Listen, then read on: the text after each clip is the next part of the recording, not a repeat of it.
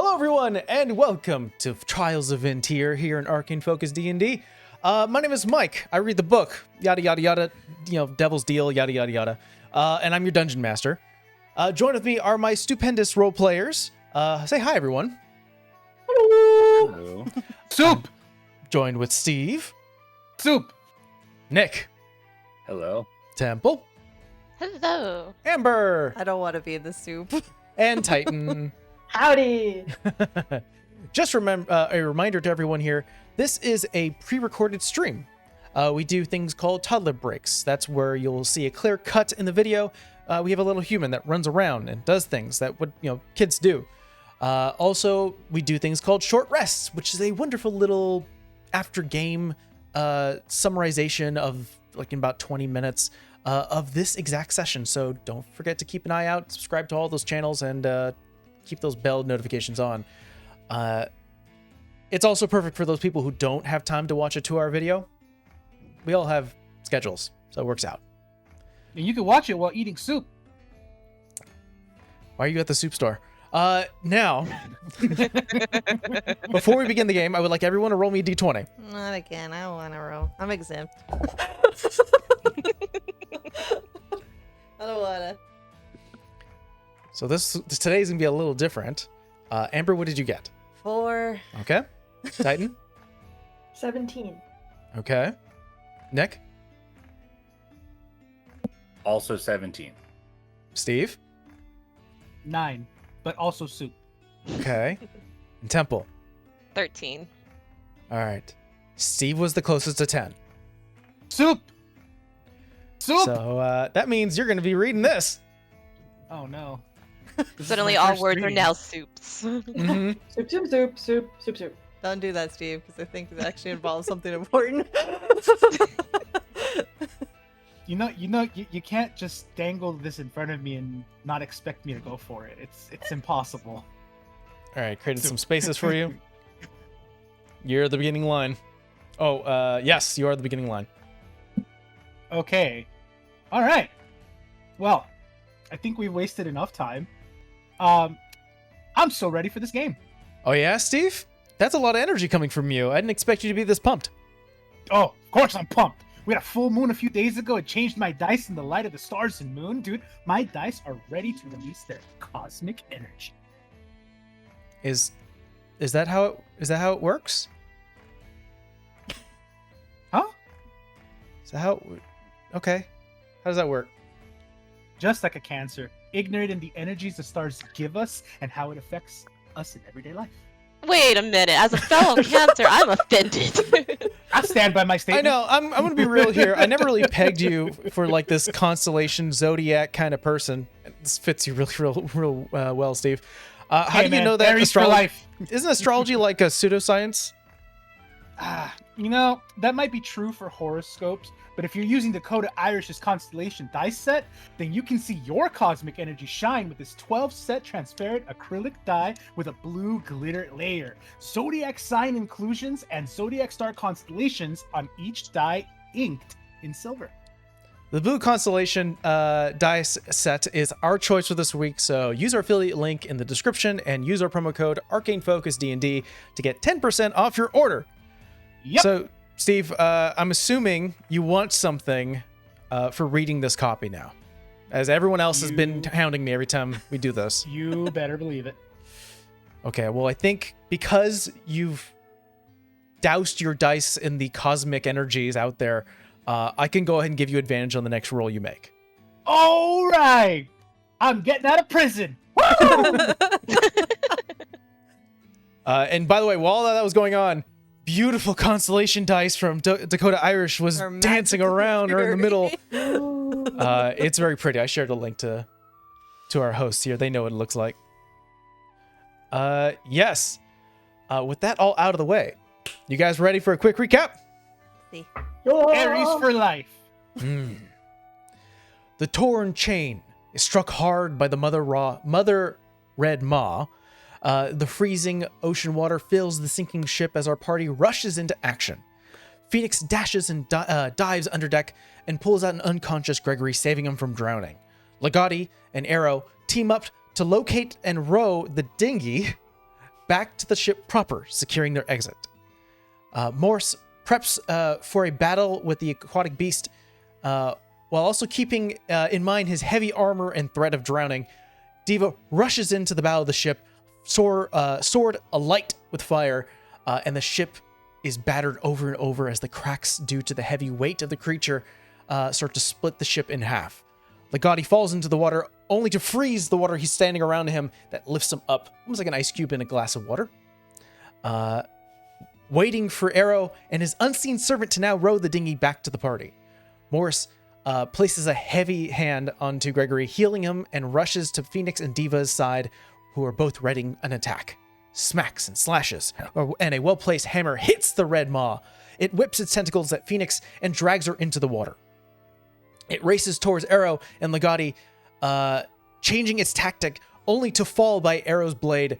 Cold and shaken, our adventurers jump into the dinghy. And, with a red maw skull in tow, they head back to shore, only to be met by a group of guards. The party's feeling of entrust is warranted, as they are handcuffed and brought to the guard station, where they are stripped of their equipment and locked in a cell. They learn that they were pinned as the culprits of the death of Francis Turner and by the ship's navigator, Volred Quinley. Joshua Haynes rushes into Morris's side, only to request an impromptu meeting with Arrow. He shows the whistle that Volred was using and informs him that the guards found this in his pack, and things aren't looking good for this group. You're all going to go up. He informed that you're all going to go up and recount the events of the torn chain, and it would be good to know if someone isn't doing well in the stand. Joshua leaves and preps for the morning meeting, as all of you are now back at the cell, or at least everyone was at the cell. Arrow, you go back to the cell. It's still very late at night, but you just had that impromptu talk with Joshua, and you are handcuffed once again, put back into the cell.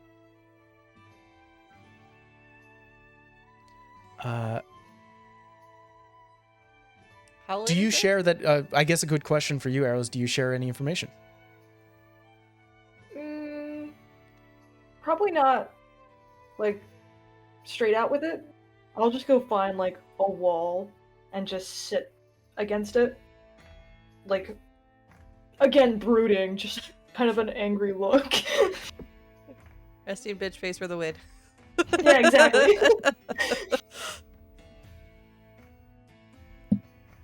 Yeah, I won't talk unless spoken to, for now. I think Legati, will walk over to you and just say, so anything we should know? Mors will speak up and say, yeah, the soup here sucks. Wait, you got soup? You were Don't getting ask. soup? Don't ask. Thanks to my friend, I've been here more times than I care to admit. Soup sucks. Well, he kind of like glances out to the guards, like trying to weigh whether or not this is something that he can or should say.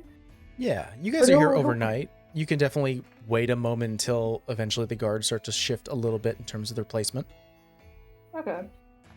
I'll wait till they're a bit away, and then I will say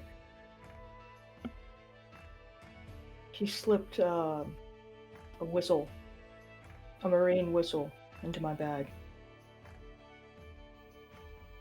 So there's evidence that we did it.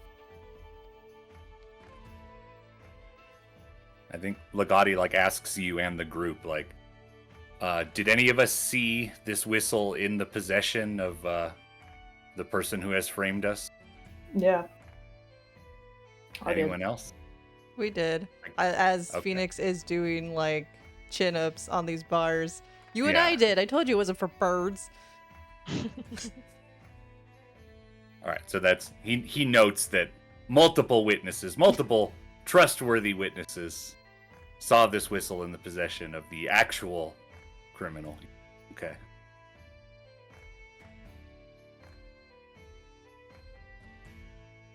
Yeah. Doesn't look good.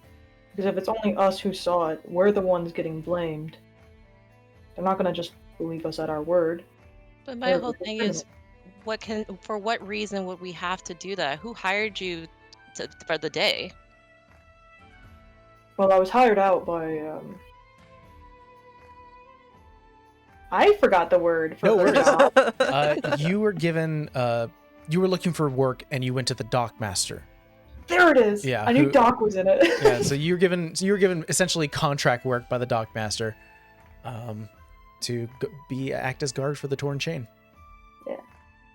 The Dockmaster was handing out contracts, so I took one. And then the rest of you? Did you guys have any relations to... Oh my god, now I'm forgetting names. Turner. Did you guys have Turner or Tanner? relations? Oh, Tanner. Did you Francis. did you guys have relations to Tanner? I wasn't even supposed to be there. I went for Wisa.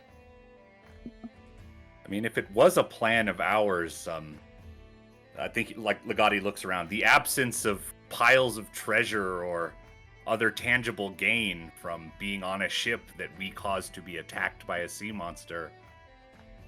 I just don't... How stupid of criminals do they believe us to be? Actually, I do have a question. I was told when I took the contract that the group on the ship would be businessmen? There were the siblings, but outside of that, I yeah, I know was you were expecting a much staff. bigger party. Right? You were staff, but what about the rest of you? You weren't supposed to be there? I wasn't. I did Wisa a favor. Let's just say that. A good favor. And she said I should go speak to Tanner because I was looking for a monk order, and he might know of one. So I went. Legati says, I was given the invitation of someone else just to go talk to Ambrosia, and all we did was have a conversation. If she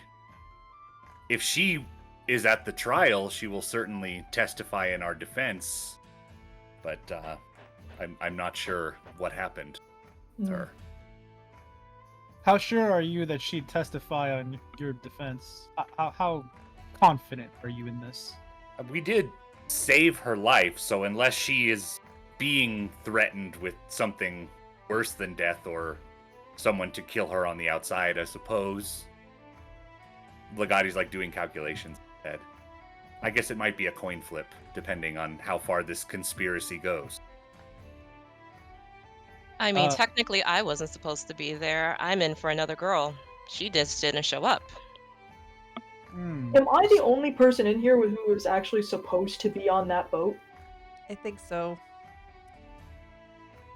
That doesn't really look good. That kind of does, though, because if we weren't supposed to be there, was he gonna kill everybody that was supposed to go? I guess that's a way of looking at it. To be fair, I'm not sure whoever was in attendance really mattered much. I believe a sizable group was enough. No, And- but it might help us with our alibis. What But purpose do we have if we have no connection to anything there? If Or they were all otherwise it would look friends, incredibly suspicious. A bunch of nobodies taking the invitations of others, sneaking aboard a ship, and then suddenly it sinks. Hey, I am we not a didn't nobody. Sneak. It was not sneaky. I'm talking from the perspective of someone who wants to put us in jail and keep us there. Doesn't seem convincing. Either that or we were their scapegoats. Could be. That could be. Do we have any idea what exactly the trial will entail? I mean, I know that Eero got that information, but I don't know if the rest of us know what, like, that we're going to be asked to recount the events and all that. We can assume. I haven't been to too many of these. Just what I've experienced around Joshua, if you can call that dependable, but I assume they're going to cross-examine each of us. For those who don't know, they're going to separate us, and they're going to ask us questions. They're going to see if there's any holes in the story, if there's any inconsistencies, and try to go from there. Try to find out, first of all, there has to be a reason why they stopped us, and I don't know exactly what that reason is beyond a monster showed up. Like realistically, if you guys are in a public place or in a gathering of some sort, and a monster just showed up in the middle of nowhere and started terrorizing and killing things, if you put it down, who's gonna force you into an interrogation afterwards? No one. It's uncommon. It's unjust, really. I don't know how the kingdom works. There has to be something that we may not know. Is this place not as corrupt as it seems? I mean, not more corrupt than any other place I've been to. Alright. There's something. Hmm. And I look over at Arrow and I'm like, Yeah, you you're got both sailors, aren't you? Me? Mm-hmm. You and Volrod, right? That's true. Do you know him from anywhere? No, we have a mutual contact, but that was my first time meeting him. Do you know anything about him? He told me that he was on the same ship as Tanner when he took down the Red Maw the first time. Well, right. He had a mutual, or Volrad had a friend with him who died in the process. And Tanner, being more charismatic, took all the glory for himself. So, he certainly has a motive, in my opinion. and it sounds like he used us to get it. Kind of But curious what- who made that whistle. And when he made that whistle, he might have been trying to take Tanner down the first time, for all we know. Legati says, well, if they are going to ask us to describe what we saw and when we saw it, I believe we are all assuming that one another are trustworthy, so none of us have any reason to lie. Correct? Lying's boring. I have no interest in coming back to this cell. I Yeah. just want Legati to know. would be making insight checks. I know, yeah. Whoever Unless feels you like you have some big scheme that one of these players is actually in on this the whole time, which would have been... You know, I'm open to that. That's a possibility. I can neither confirm nor deny. Yeah. So Legati's gonna say, he's addressing you, Arrow, and he's saying,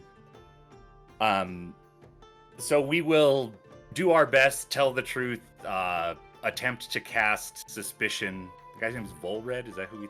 Yeah, That's Volred the guy who Quinley. named us. But you can say Volred. Yeah, we will attempt to make them understand why we believe Volred orchestrated this. See how it goes. And then Arrow addressing you. Please do not take this the wrong way, but if it does seem that things are going badly for us as a group, it does seem as though we could pin all of the blame on you, deny any knowledge of your actions, get out, get all of our equipment back, and then come back in and set you before you are executed or whatever else. Are you That's plan B.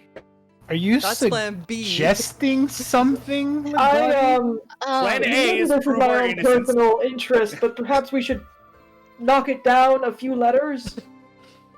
Maybe I'm open to that. Maybe maybe plan C or D. I'm so Please. I think excited. I would Legati prefer picks to up not put all of my faith. What in happened to total turning strangers. look for the guards? What happened to balsa wood? Well, we could break out right now if we wanted to, but I don't think we would get very far. Yeah. That I mean, part. if we have to come back to in here. Yes, I mean, I will. The bars will only remain wood about an hour after I leave, unfortunately, but I can always turn them back. That's. He picks up a rock off the ground and starts scratching on one of the walls, like plan A, and then plan. All right, plan B Don't crosses write out it. plan B. Don't Plan- write Oh, it. no, don't write it. He's only writing plan. He's not writing anything else so far. Oh. He writes plan, and it looks at you, Arrow. C? Like, Sure. C, okay. See, fine, underlines. sure. Plan C. Okay. And just to confirm, Legati, when you like just for a safety precaution, I'm assuming you have your own cuffs, as Balsa would, as well as everyone else, just in case. My notes are that my cuffs, the 2 bars, so enough room for us to get out if we need to, and Phoenix's if she wants, but I think those might burst into flames. So It's all right. we have the I'm option good. to do that in 10 minutes if we need to. But at least mine, I'm keeping my manacles on, but I'm writing on the wall, and Okay. 2 of the bars are balsa wood, and I keep re-upping that. I'm just saying you're re-upping it. Like any chance you get, Yeah. you're just like, just in case. When I'm Okay, not doing perfect. something else, I take 10 minutes and re-up so it lasts another hour. Yeah. Wonderful. So, any suggestions for Plan B or? Well, I'm like, if we can't get out of this, we escape. We're not gonna just leave Arrow out to hang and dry. What is wrong with you? thank you. Be much easier. Yes, it'd be much easier, but what's the fun in that? Wait, You made the DM almost Fun. fall out of his chair. Oh, I love Legati. what do you mean by fun? Are you doing this for entertainment? I mean, isn't everything entertainment? Not typically, I wouldn't say that. Diva, you know, I've only known you for a few hours now. And I get the feeling that if my coin purse was large enough, I could get you to do anything. Do what? That's insulting. Here's a proposition. How about all of us stay here in this cell and don't provoke the guards that have the power to execute us? We are going to do that. This is if, Um, it turns south. Right, I'm fine with. Like, looks out towards the guards. Looks Yeah, you back. every few moments you have to like hush your discussion as they sort of just make it round. So I imagine this conversation happening in like sequences. It's like we talk. And the guard passes. And then you- Actually, whenever they come close, like if somebody will stand by the bars and like Arrow or whoever else and just make a hand motion when guards are coming too close, Legati will immediately switch into just talking about the Salal and just talking about his bullshit weirdo religion at very loud and just going on and on and on. Could So you? that will annoy the guards so they don't want to hang out near there, and that's what they will assume we're talking about all the Could you just give me an intimidation check? Because this is gonna happen all night with advantage. Yeah. Intimidation check with advantage. Okay. Or persuasion. I'll let you choose. They're the same. So I got a 17. Intimidation 17. I think I'm yeah, very there's intimidating very about much a pattern as after a certain like maybe an hour or two discussing like bouncing ideas back and forth that you start to notice that less and less people start to stay by your cells. It's not that they're not doing the rounds, it's just that it's like when you're moving past someone and you're like in a bus or you're on a train and you're just like, I don't want to talk to this person, and you just have to like quickly move past. Legati has that effect on people. He's talking. If you were on a bus and somebody was talking loudly about roadkill and how it can be beautiful, then yeah, move. Okay, so plan A is we stay in here, we make our best case, we trust in the legal system, and we prove our innocence, casting suspicion on Volred. Plan B, I guess, is we let them put us back here in the cell and we try to escape. Failing that, if we do get captured and hopefully not killed, then Plan C, potentially? I'm fine with that. Going along Excellent. with Plan B. Thoughts on doing it in the courtroom upon sentencing? Finally, someone speaks reason and logic. As far as I'm concerned, there is only a plan A. We will let the legal system do what it must. Oh, With that, No, I I'm don't referring think to that's murder. what they I'm meant. absolutely referring to taking the guards' weapons and getting out any means necessary. with that, I'm gonna go sit in the corner and I'm gonna go meditate. Okay, well then you're in probably the similar corner across from me. That's doing like putting her feet in her bars and then like just doing curl ups. The juxtaposition of the like curl up meditation. Yeah, there's So one person. So it's Legati, Diva, and Arrow who are like actually talking about the plan. Then. Oh, I'm listening. But I'm Okay, you're doing listening, something. I mean, because if we do start a fight in the courtroom, you're our best bet because you're the one who's gonna fight the best without weapon. Yeah, I don't have armor or anything. I'm good. Yeah. Yeah. You're stress working My out. fists are my weapons, so she's currently good. I mean, being that we're still cuffed, I'm assuming we'll be cuffed in the courthouse. Mike can do something with that. What? Yeah, Don't worry about it. Legati said I would rather have the element of surprise, which I feel like we may have a better chance of from this cell, but we can't guarantee they do put us all back in this same cell. That's So, I thought you can do it to anything, any bar, metal. I certainly can, but in the middle of a courtroom, surrounded by people, like right now, we may have a better chance of escape than that. But like, you went along with Plan C, Arrow, so if a fight were to break out in the middle of the courtroom, I would certainly provide what aid I can. I appreciate it. I have a question. Are all of you from this place, from the kingdom? No. doing a Are any curl of up, them- shaking my head. No. DM, if I may. Yes. There's one of us in particular who's doing a lot of talking. A lot of criminal talk. I'd like to roll an insight check. All right. Sorry about that. Even the bot said he doesn't like all this criminal talk. He just left. I Okay. will say it's like the three that seems like they have done crime. We're all talking this out. I would like to roll an insight check on Legati, see if he's telling the truth about wanting to break out of here and if he's actually capable of doing so. I don't know the answer to the second one, but I could try. Yeah. Go ahead and roll your insight. And I feel like Moores is like the cop junior in here with us. It'll be 16. 16. I mean, Legati, you can definitely share. Does the way you're talking, does it sound comfortable in terms of like you've been in this place before or something along that Yeah, line? I think the way Legati is talking about this is kind of like he talks about everything, which is like, this is the situation. Let's appreciate the situation for what it is. Kind of like a enthusiastic professor a little bit. But yeah, definitely like projects I mean, I don't remember if Legati said or not, but yeah, like Legati has been arrested before. It you know, he doesn't intend to stay here one way or the other. All right, class. And Yeah. for today's lesson, you will be learning grand larceny. Please pay attention. It'll be on the quiz next week. Is Yeah, there we are wrongfully imprisoned, so yeah. is there anything else you guys cover for the night's discussion? Once I'm doing my curl ups, I start meditating. If that's the Once case. I'm done with my meditating, I'm gonna start doing pull-ups. I think Legati would ask, like, so if Plan B is to be maybe B.5 courtroom attack, he doesn't write that down, but he says that. Yeah. Courtroom attack plan.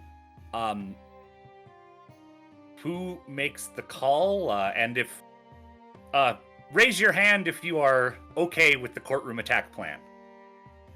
Legati raises his hand. Phoenix does not. So that concerns me. I'm not comfortable because I know people here and they know me, and I don't want them to get in trouble just because they were kind to me. Fair enough. All right. Legati's going to cross out B.5 because he doesn't feel too. You all get a long rest if you need it. I think we have had a long rest, I one did full mark day in here one. before. Mm. Well, regardless, you get one now. You all take your own sort of corners or benches here. It's sort of like it's like almost like a waiting area, sort of those long waiting cells. So there are numerous benches that you could sort of sit down, lay down. It's uncomfortable, but it is what it is. Morning comes. You guys are woken up by morning very, very early as you can hear heavy footsteps of guards once again making their rounds, now shifting their shifts. Legati going back into, I'm assuming, getting everything back to a balsa wood state, just so that you have it at the ready. We're going to do a few rolls. So first of all, Diva, I would like you to roll me just a d20. That would be a 19. Okay. Roll me another d20. I don't like it. That would be 11. Okay.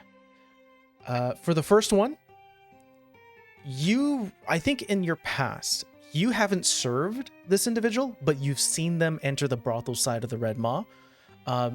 There are several, like, courtroom guards who you've sort of recognized after, the months you've been here, who have partaken in a little bit of nightly company.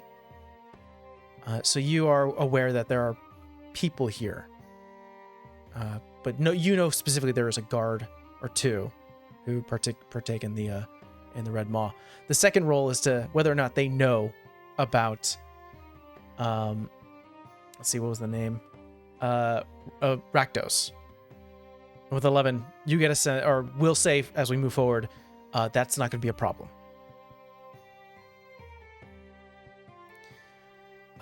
You guys wait a few minutes, and eventually, you see a guard come to you and go, "It's 8 o'clock. That means your counselor, your lawyer, should be here soon. So we're going to move you all to a private area for a private consultation." All right. Back away from the bars. Puts a key in, unlocks the door, and leads you through down a hallway towards a fairly large room where there are 5 chairs for you to sit down. You are still handcuffed, but you sit down where there's just a clean table in this empty room. And Joshua is not here yet. So, Morse, roll me a d20 to see how late Joshua arrives. Oh no. Do I add any buffs? No, just a d20. Shot of caffeine. 11. Uh-oh. Oh boy. Oh no. All right. Oh, no. Last one, rolling another d20. This is to see how well Joshua was able to investigate and pick up reports and read through them. What? What? Wait, Oh, does no. he have advantage for reading the ad copy? Oh yeah. You do have Oh, yeah. advantage. I do. You do have advantage for the ad copy if you want to use it. I know. Now would be good. No. No? What'd you roll? That's a 6. A 6. Okay. You don't want to. I thought I liked the Please, chaos. that's Damn it, Steve. Well, with the 11, Joshua's only 5 minutes late. Oh, okay. You have an hour to chat. And I'll get into full breakdown of what all those numbers meant at short rest, but he's only 5 minutes late. This was important to him. But during those 5 minutes, as you were just sort of sitting there twiddling your thumbs, every second becomes an hour in your mind as you were just going, this guy is late again. Morris, you start to sweat more than the rest of your party here as you know how late this guy, he could show up half an hour late and you only have an hour to talk to him. Is it possible to not be sweating and be more like, You're gritting your teeth. like aggravated? Uh-huh. Yeah, like Event- that son of a bitch. Eventually, the door opens with a heavy swing. Walking in, hair a bit matted, he starts to fix a little bit. He actually is wearing a clean shirt today. Oh, thank the Lord. Sits down, has a coffee given to him, and he sits down. He goes, sorry guys. Hi. Everyone sleep okay? I'm Debatable. Sorry. Had better. I don't say anything, but he can feel it. Okay. Listen, I don't know who wrote the record here, but it clearly must have been a new hire. I tried to go over what I can, but a lot of also the places I wanted to investigate were closed or quarantined off, so I could not get to them. So we're going to work with the basics. This is what we know. All right? Let's go over the Wait, facts. quarantine off? What do you mean? Well, I tried to get into... I tried to get into the dock area, and I even tried to rent out a boat, but one of the guards saw me and shoved me away. I was going to check out the scene. Do they have the entirety of the dock closed down? No, but they recognized me and immediately were keeping an eye on my ass after they saw me. So they denied you, a private citizen, the right to rent a boat? I might have been muttering to myself where the crash site was, and it didn't turn out well. Are you also a lawyer? Talking to Moors. I've lived with him enough to have picked up some things. I just wish as long as he'd been doing it, he'd know how to do his job right. Are we paying him? At this rate, no. I'm not getting any money out of this. Okay, let's go over the basics. What do we know? The facts. You all got onto the torn chain. You all attended Tanner's party. After getting to your destination, the ship was attacked by a large red maw. And Tanner, and the Wilds, and a crewmate named David were killed. You fought the monster and killed it, right? We got the facts. And now as we're concerned, you headed back to shore and you were arrested under false pretenses of being detained. Correct. Okay. One hiccup, though, we weren't all supposed to be there other than Arrow. So the dude that's accusing us was actually on the boat and then, fucked off when the Mark popped up. We have multiple trustworthy witnesses that put the offending whistle in his hand. Okay. Not to mention that for those of us who weren't supposed to be there, I do not think it was a consequence because all of our passes were checked and no one was denied entry. Okay, So I don't think that matters. fuck. We're Also, moving. what happened to the two people that were also on the boat? We'll get to that. Let's go over the facts we know. You mentioned Volred. Perfect. Yes. Volred Quinley, the ship's navigator, from the reports show here is that he was able to make it to shore and quickly reported to one of the guards that the torn chain was under attack, and he saw 5 individuals call over the Red Maw to kill Captain Tanner. That's what he reported. That's what we got in the reports. How did he know we were even going to survive? And if we didn't show up, then what was going to be his alibi? I think it would have taken care of itself if we didn't show up. More we would have been importantly, down with the ship, and that would have been the end of it. yeah, and more importantly, how does one summon a beast? Whistle. The whistle. Yeah, and Volred's whistle. And is this whistle? Lawyer, you should refer to it as Volred's whistle every time you say the word I like whistle. that. All right. Write that down. Volred's whistle. That should be in your opening statement. That and who made it? Volred's whistle, which is, we're going to redub that.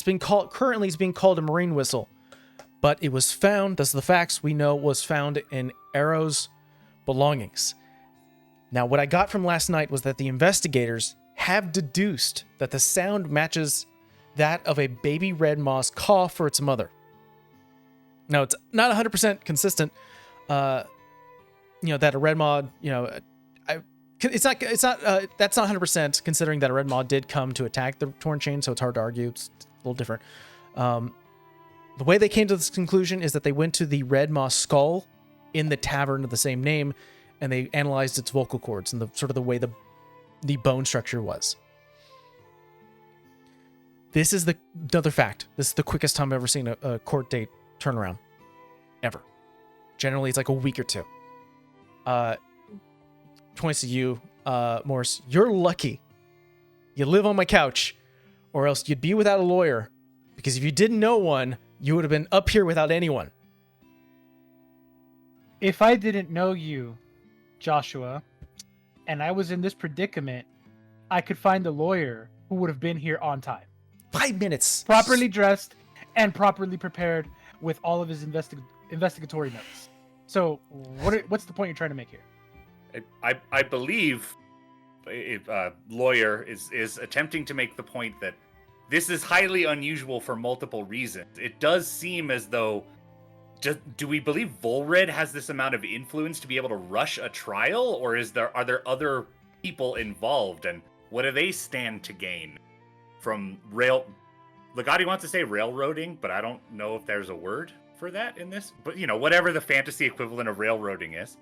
I mean, Thunder Tanner Rail. owns most of the town, right? He's quite famous. No. and Tanner Volred was owns. his friend.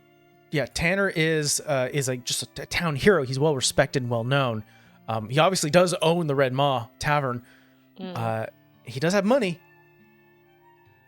but he doesn't own half the town. He's a Yeah. folk hero. Of course, Yeah. people would want to know who killed him. And if his friend from his past says it was us, they're going to believe it was us. I mean, but we also know that Tanner was kind of a fraud. But they don't know that. The person We that's probably that's shouldn't framing us say that. does. Well, of course, but he has more influence than we do. I just got here. Did he I don't give have you a a name in name? this place. I can be erased. Was there a name given of his friend that was killed? 'Cause maybe that's somebody didn't they get can one. look up. I didn't get his name. Well, the Okay. facts stand that I do not know seafaring. I am not a sailor. I do not know of devices or artifacts or anything of that sort that pertains to seafaring life. This is all news to me. I am merely here passing by. So this is what we know basics, is that they're going to appoint a prosecutor representing the city to go against us. Now, Do we know who that is? at least the name they've given to me, I have worked with this person, no name. If they had, like, not no name, but like, they're no one important. They don't have any pull or drive as more than I do. But we'll keep in mind to see what happens. And if you're curious, her name, Cynthia. So we're gonna go against her. Basics. Ambrosia has testified and has provided a third-party account of what she saw and what her understanding was. The courts were very hard on her, very much in terms of they wanted to get a lot of that feeling out in just the facts, just clear crystal facts. So it doesn't paint us in a good light or a bad light, but it does state that Volred was in the mast or the crow's nest and then was out to shore before that you guys got to shore, which have been, come on, kind of impossible. So there's a dink in the armor. We can do that. What about Gregory? Gregory, he is sick right now, still recovering, but he did write the following, and provides a paper that reads almost like an account type of a written account from him, and it reads: "I kept a close eye on all the guests, as this was my assigned task and duty by Captain Tanner. During the toast, I was scheduled to be in the bar to tending drinks, and while I did not see the grisly sight, I can attest that the gentleman known as Morris, as well as his compatriots, brought me back to consciousness and defended both myself and Miss Babble's lives from the beast." So we have this. Perfect. Certainly doesn't sound like criminal behavior to me. Doesn't. But they're going to do their best to paint us in a bad light. So we're going to have to get into that. He's going to turn to you, Arrow, and go, "Arrow, you are honestly the most clean here in terms of how you got to the torn chain. You got an order from the dockmaster.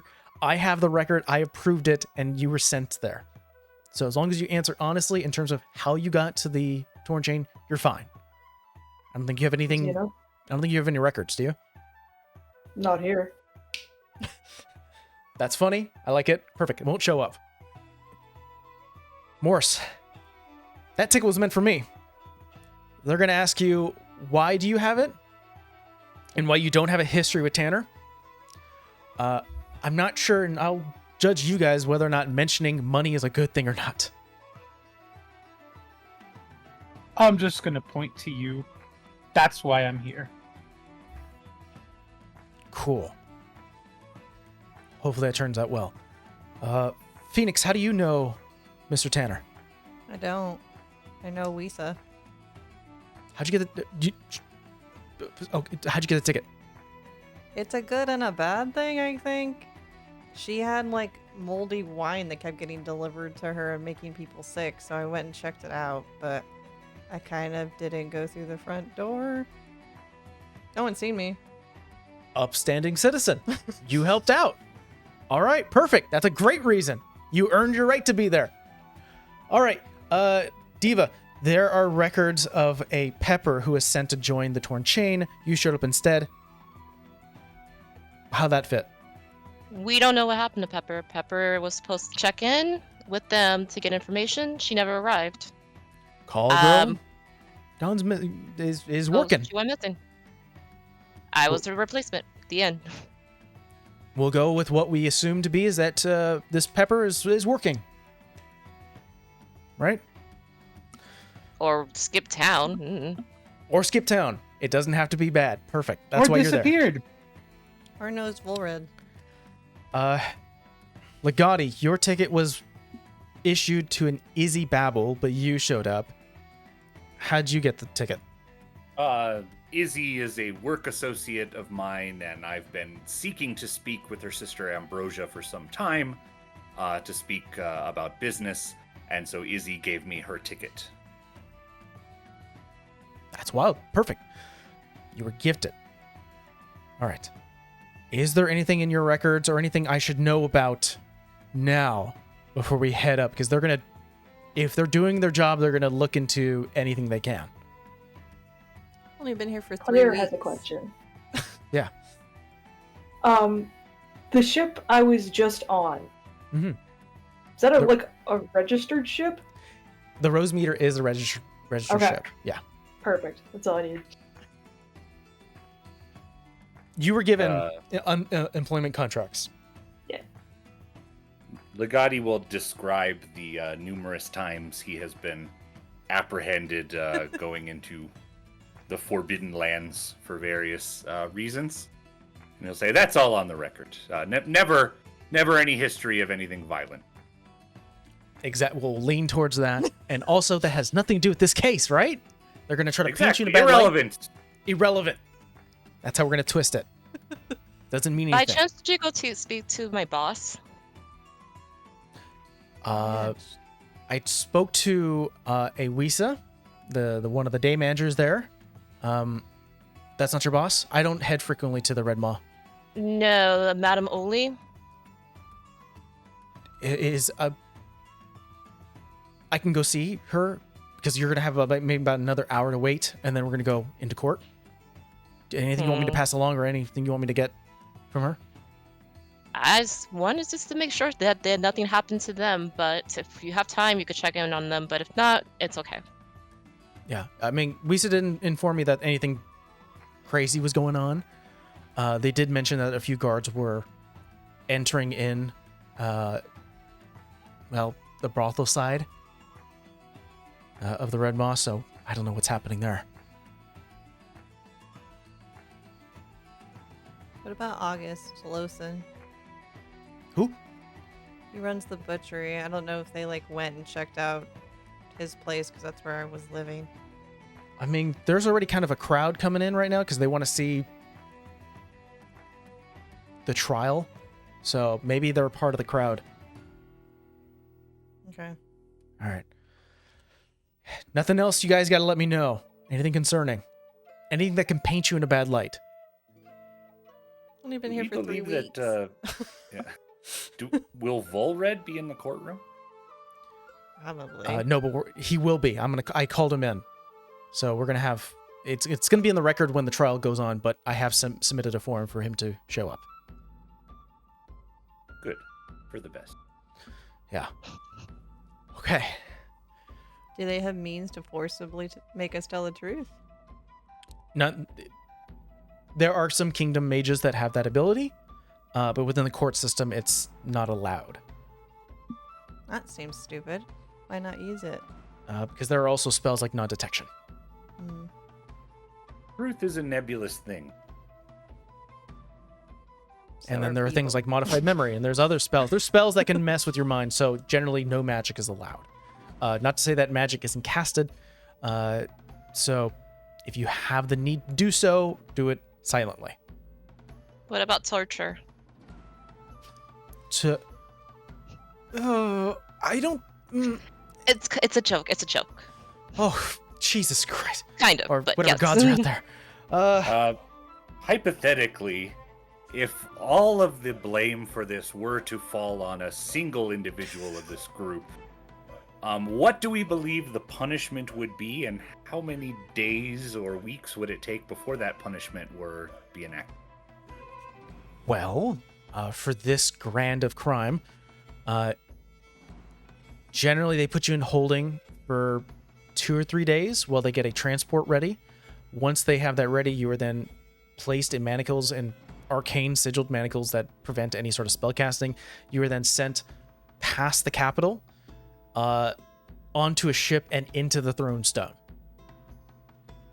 What is For throwing stone? no particular reason, how many guards typically attend that escort? About 4? Yeah, that pats you on the shoulder, Arrow. 2 to 3 days before that. That's all the time we'd need, hypothetically. Yeah, but those arcane limiting barnacles might be a problem. Before that, the 2 to 3 days in holding, that's our I mean, lawyer. You might not want to. I didn't don't hear a really- thing. I don't We're really use hypothetical magic, talk. so- If we get all the way down to Plan C, probably won't be. I appreciate the question. I hadn't thought to ask. I just assumed I might be executed. I think things through. And then for your question, Phoenix, what is a thrown stone? It is a small little landmass in the middle of the Broken Mirror Lake. That's right next to Outlock, the capital of the kingdom.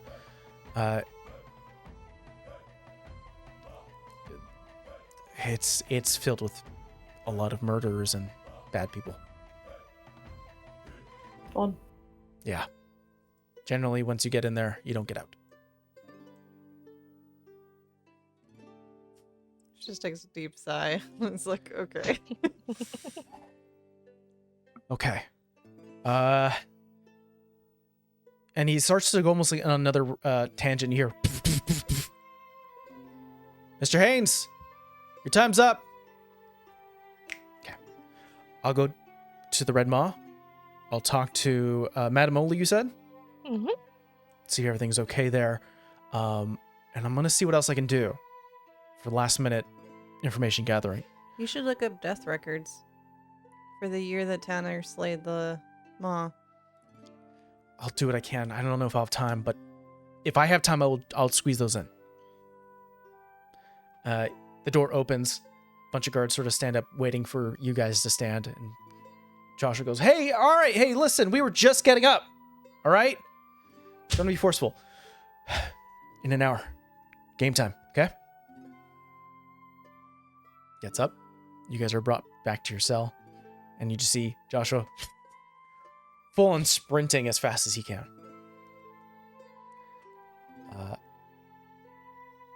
Anything in the intermediate before we get to game time? Do we get to the court? Yeah, I want to ask the folks that spoke to Volred the most. So I think that was Phoenix and Arrow. So I assume you've shared the information. So you told us like what he told you about what really happened with Tanner and everything. So if Volred, like the guy is saying, if Volred is going to be in the courtroom, do you believe it's worth our while to excessively praise Tanner as the town's greatest hero of all time and see if we can get a rise out of Volred that way? Do you think that now, having finally committed this murder he's been dreaming about for so long, it will frustrate him to see that Tanner becomes even more of a hero in death than he was in life? Not only that, but it might make us look better, because if we praise him, why would we kill him? We should call for a moment of silence to honor Tanner at the beginning of the proceeding. This is Amber laughing, not Phoenix. Oh no, but Divas is looking at him like, what is wrong with you? I do not want to go to jail or that murderer. That's fair, but we're also going to say that we didn't really know him, so would that be apt? Everyone in town knows the great hero Tanner, the mighty Red Moss Slayer. Yes, and everyone in town should find out he's a fraud. We should They don't know that do not we know talk anything. about the fraud. I mean, we can say that is what Volred said, and we are disgusted that Volred would dare besmirch the name of the glorious Tanner. Outrageous. But we can say that is what. But it will not go well for us if we speak badly of Tanner as our opinion. It will make the us town look loves like Tanner. They shouldn't. They don't know We that. can say that later once we're out of here. See, that again, it points at Phoenix. This is why we don't want the truth detection. It's a malleable thing, so we can use it to our advantage. It's like you're implying that the truth is ever changing. I mean, we didn't do anything bad. Yeah. Weren't you Truthfully, the one asking us earlier if we were truthful people? And now you don't care about that? I believe there to be a difference between truthful and trustworthy, which is what I asked. Yeah. I can trust a liar all day long. You can Trust them to that be they'll liars. lie. That's so deep. That's actually really deep. If someone tells me they never lie, that is someone I cannot trust. That is actually really insightful. Thank you. But I like Legati, you think. what if you came across two men and one of them told you, this man always lies, and the other one says, this man always tells the truth? They're both lying. I mean, are they like in my way or something? We got to avoid those two individuals. Thank you for that information. Goodbye. Yeah.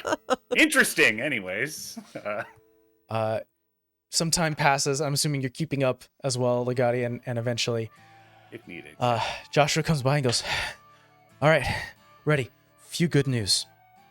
Asked Wisa about Madame Oli. I don't know what she looks like. She was described to me. She's actually in the crowd right now. So, Okay. who knows? I mean, if people stand up and are passionate about your innocence, that's good. Good to have people in the crowd that are on your side. Another big win. I was able to work it out with some people in the offices here, and I have your equipment. Phoenix is excited for that one. So it's at my place right now. Regardless if you are considered innocent or guilty, it's underneath my care, and we can worry about that as time goes. So I have your stuff. Minus one thing. Joshua, I don't did you see. get my bag. I do, but it didn't come with a lot of money. They haven't So I've been noted. robbed. They haven't noted. But they said They it's. did. I saw them write it down. Yeah, I told know. them to, and they wrote it down. The clerk had informed me that a couple of guards said they needed it for the trial. Ah, okay. So are you good with civil cases? Am I good to have you represent me against the government in this city for some petty theft? Let's go. Okay, good. Good. All right. Good. I'd like the names of the guards, each of them that were responsible for taking inventory and possession of all of our equipment while we were detained. You hear? Hey, hurry up. Showtime. Let's go. I want to tell the lawyer real quick that it's very important at the start of proceedings, as soon as you have the opportunity, that you say that the accused have requested a moment of silence to honor the great hero, Tanner. Perfect. The accused have requested. We have requested. It's The not your accused. idea. We have requested. Got It's it. very important. You guys are walked up the stairs past the main hallway, going down different other pathways until finally these double red doors open and you are met into this beautiful courtroom with tile floors, a lifted elevation where you see there is a judge seat. There are juries. There's like a jury to the left and right of you guys. There's just people clamoring and talking. The crowd itself are either gasping, seeing the accused, or you do see some faces that are familiar. Phoenix, you do see August and Jeffrey, who are kind of like some distance away, but they do perk up and like stand and see you. She'll flicker her hair a little bit at them, like, because she's in freaking handcuffs, so she can't really wave. Yeah. You get a sense on their face, just a bit of worry, but here to support. Diva, you look to the right and you do see Madame Oli with some of the girls who are well covered and dressed nicely. And she just sort of looks at you, kind of gives a face of like, this is bullshit and we all know it, and kind of just gives you a reassuring nod.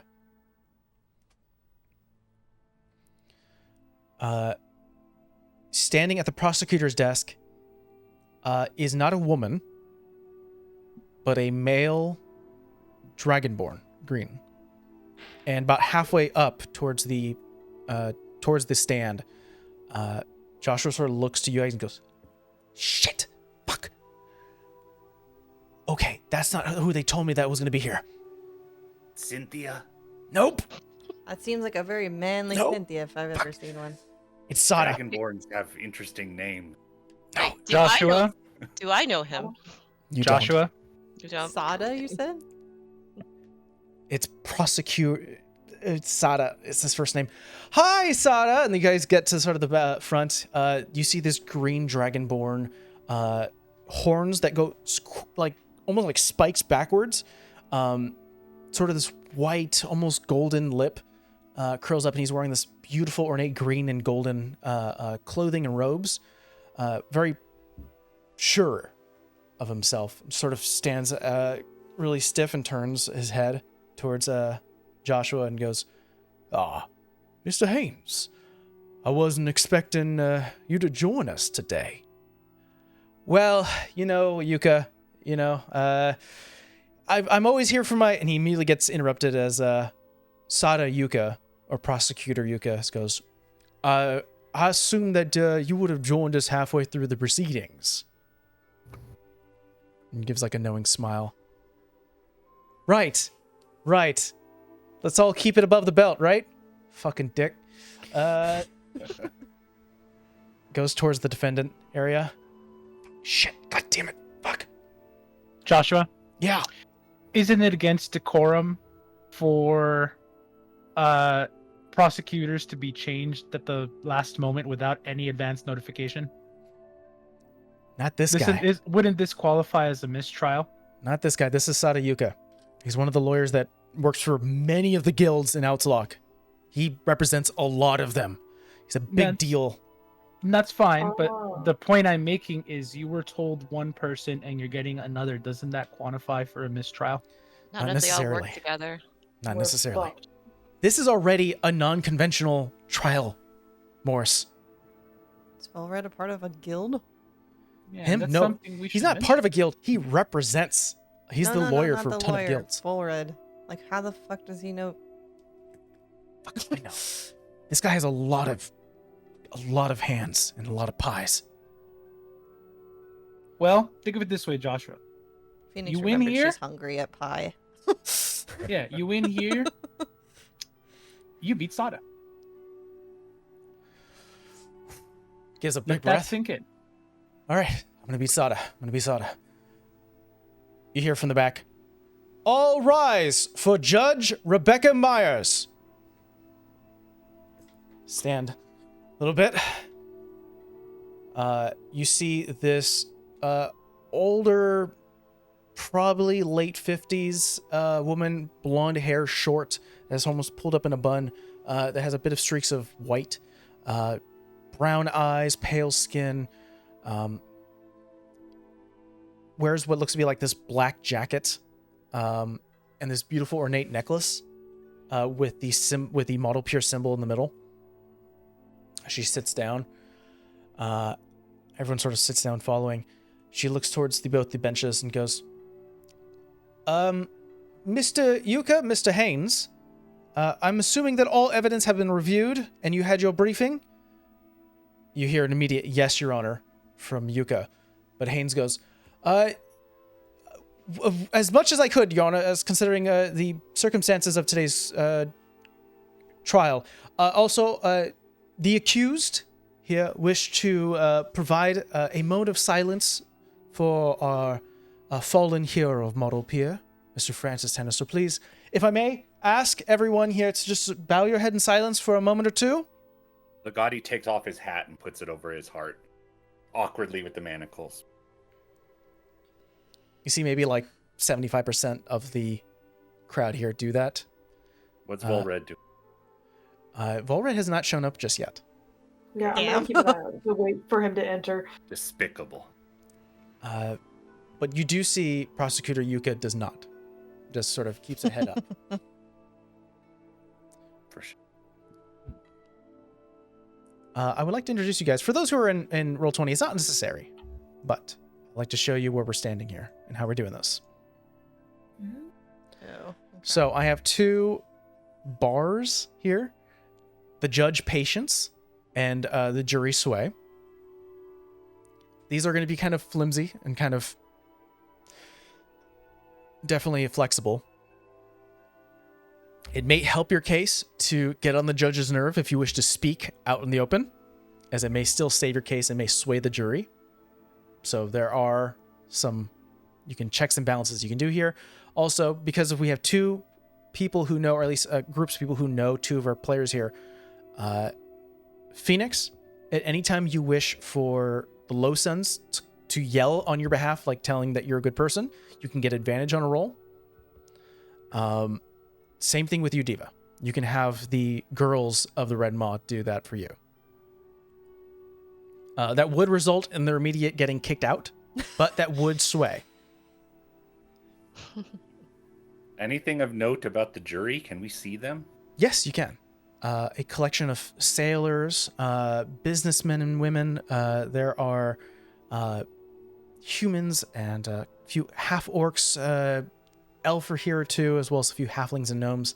I think if you start to look them over, some familiar faces that you've seen around town, citizens, and then some others that you don't recognize. Is it 12 or is it more than? It's about 12. Okay. Be this one. 12. After the moment passes, I'm gonna turn him into everyone- balsa wood. everyone looks up.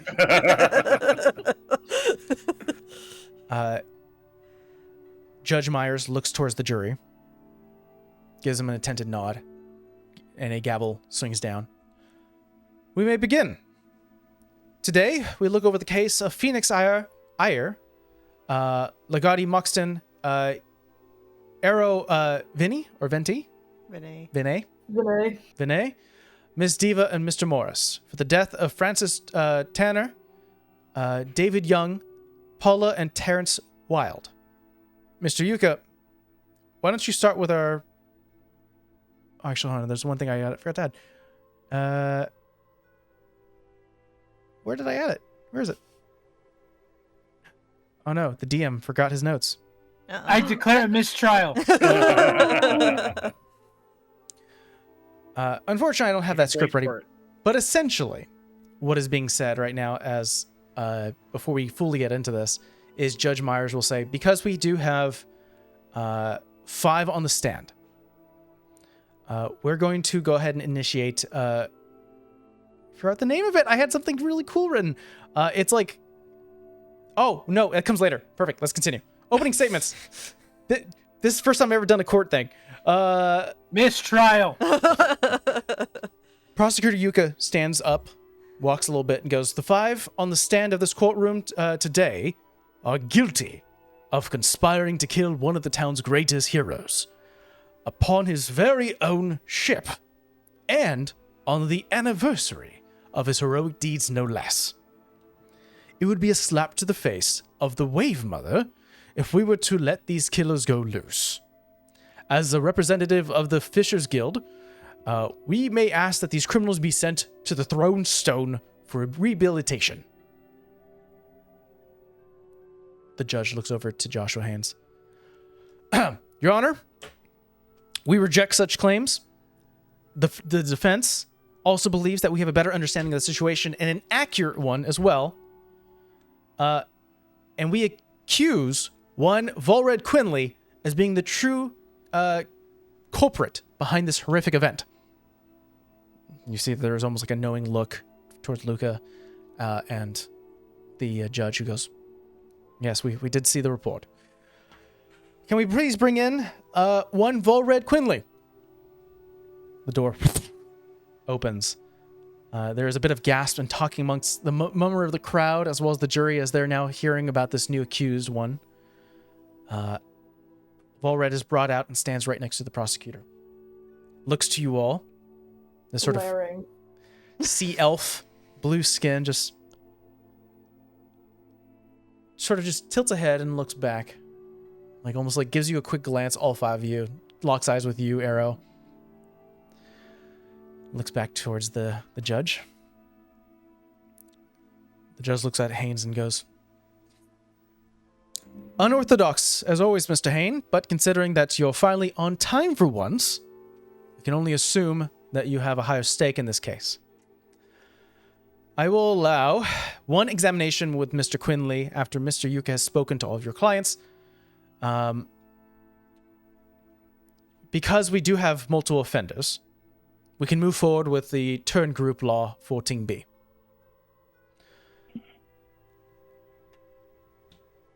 Before we continue, Mr. Volred, do you have anything to say towards these crimes and these claims? You see Volred Quinley stand.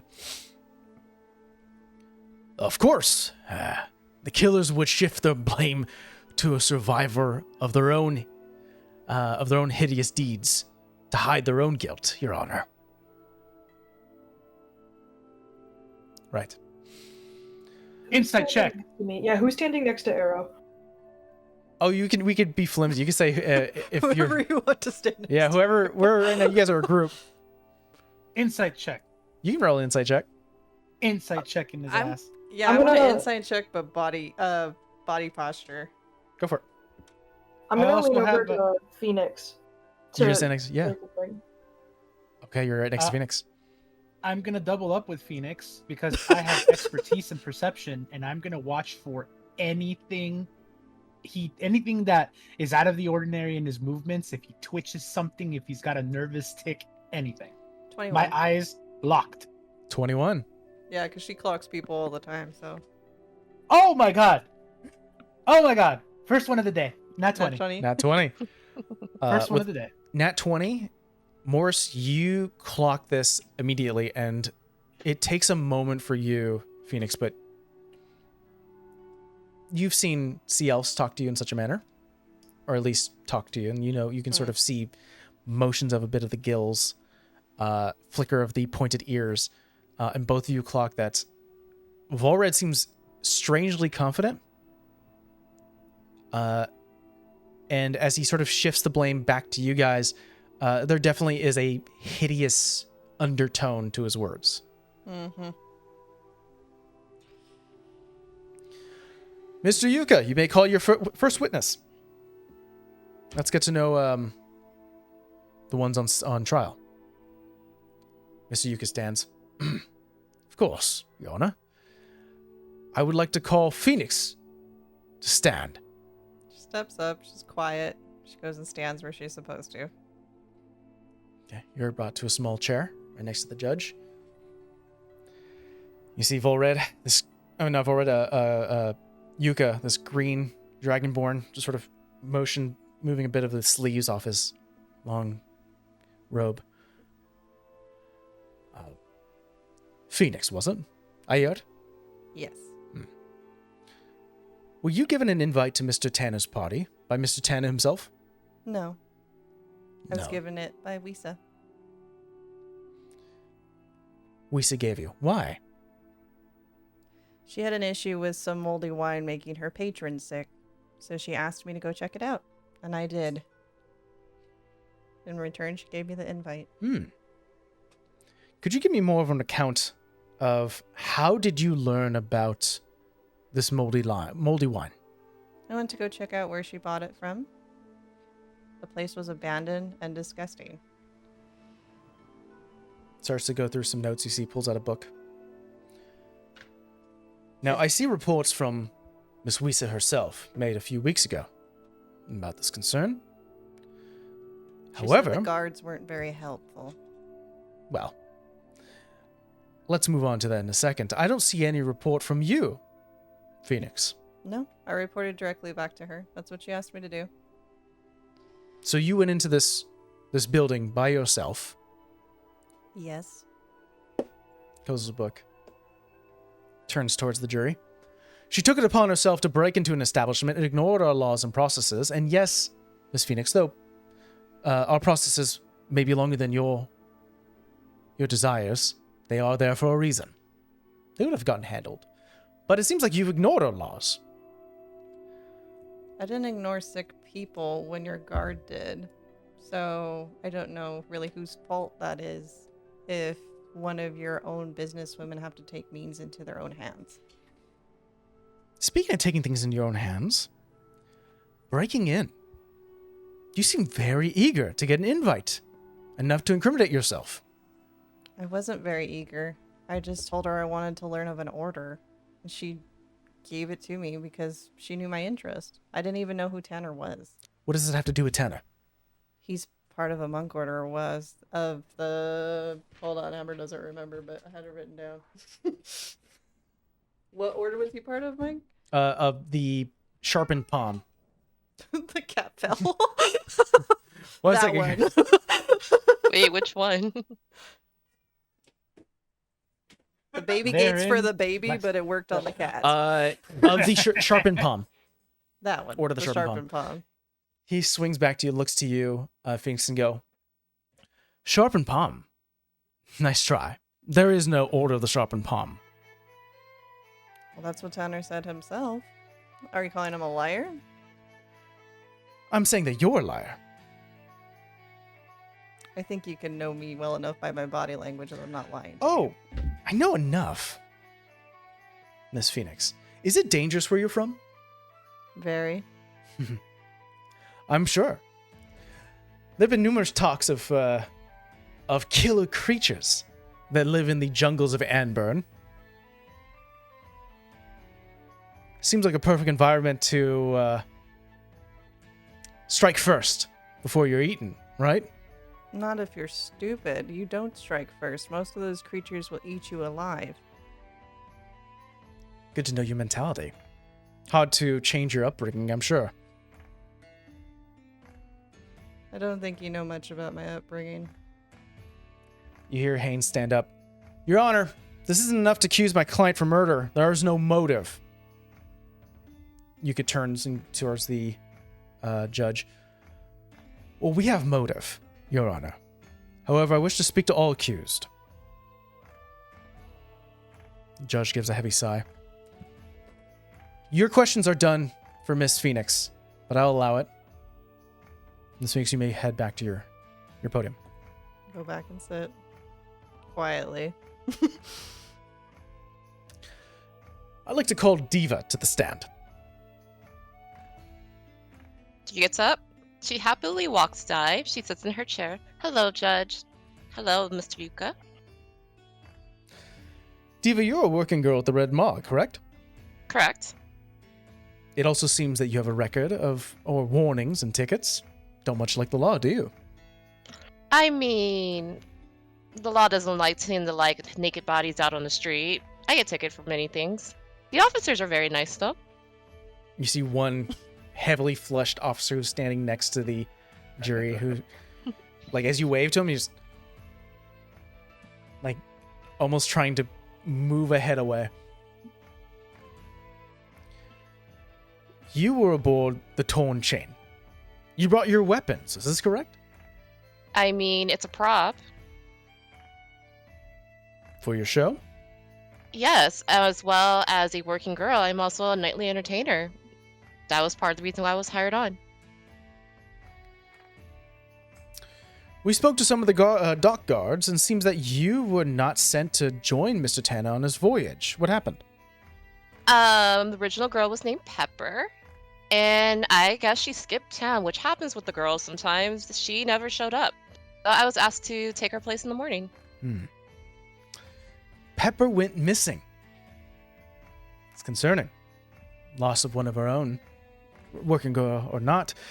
We did a search of your place, Ms. Diva, as well as the surrounding areas. Care to explain the state of your room? I believe if you saw what I think you saw, I have a very interesting specialty. Oh, I'm sure you do. Especially with the state of your room, as well as you bringing weapons on to entertain people. Yeah, it looks like a fight broke out. A violent In one, my in room, fact. well, yeah. It was, from what I was told, I was quite loud. Ms. Diva, we have reports of your temper. And as you mentioned before, definitely don't feel kindly towards the guards or the law in general.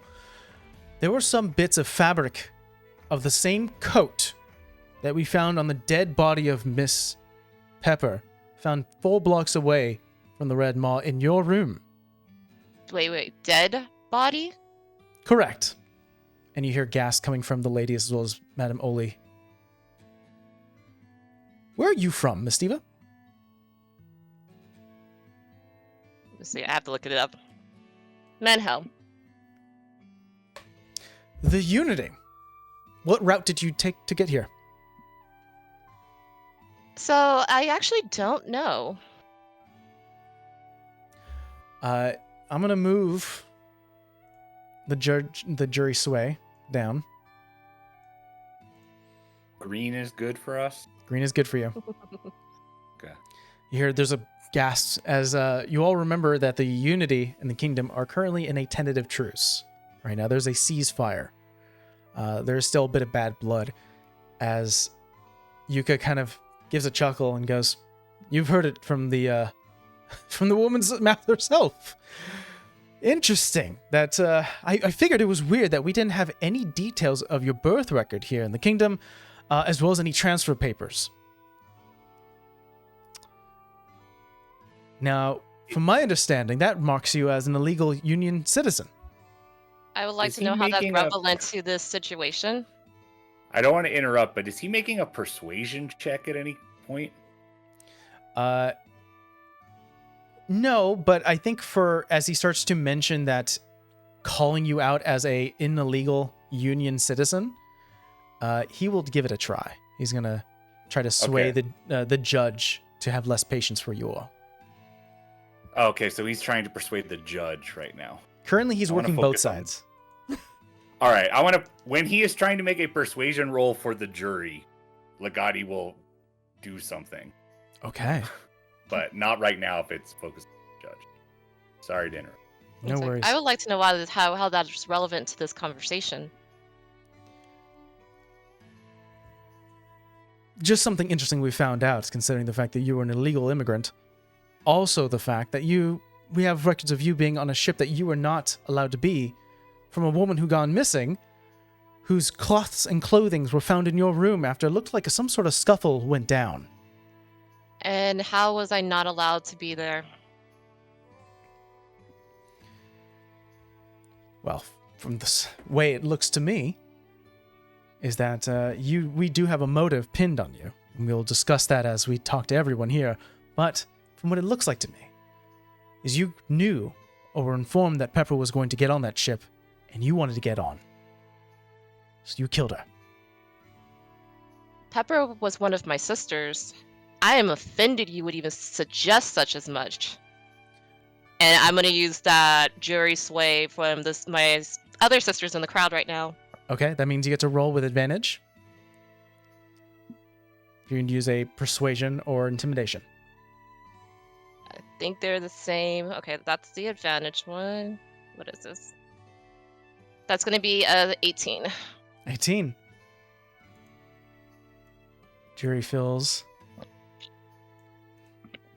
a little more by your conviction and how aggressive you're presenting yourself. And there are definitely, you hear from the back, "She's one of us! She's our sister! She would never do such a thing!" You hear screams. The judge Can't have that. Out. You see them starting to get pulled. Your other working girl of sisters, as well as Madame Oli, are moved and pushed out of the courtroom. But the jury sway stays. I'm between Arrow and Moors, and I think I just mutter underneath my breath at them. So does he win by bullshitting where he's pulling his information from? It's not relevant to why we're here. He's trying to smear us, make us look more like criminals. Exactly. He's using our information against us. Be very careful what you respond. Haynes stands up as the ladies are escorted out. Your Honor, the prosecution is accusing my client of something extreme right now, and that has no relevancy to the case. I motion that we strike that from the record.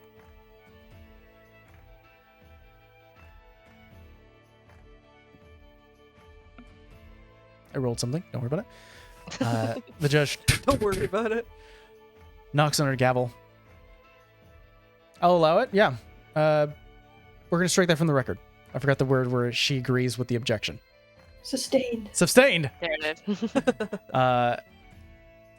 You see a sort of the sharpened, toothy grin from Yuka kind of lessen at the call. No more questions, Miss Tiva. I get up, walk away, hiss. I'd like to call Legati to the stand. Legati makes his way over to. Legati Moxton, I looked you up. You have quite a record, don't you? It's never for anything violent. Entering the non-civilian zone of Jolkenkiln. Is there a reason why you did this multiple times? I'm an explorer. Explore. For knowledge. Yes. What an easy answer. It usually is for the lawless to take the easy path. Is that how you ended up with an invite that wasn't yours? It says, actually, I got the invite. It was a gift from well-regarded local merchant Izzy Babel. After I helped her while she was being accosted by a ruffian in an alleyway, I intervened, and out of gratitude, she let me take her invitation because she knew I wanted to speak with her sister Ambrosia. This time, roll me a persuasion check. Okay. And this will be towards the jury.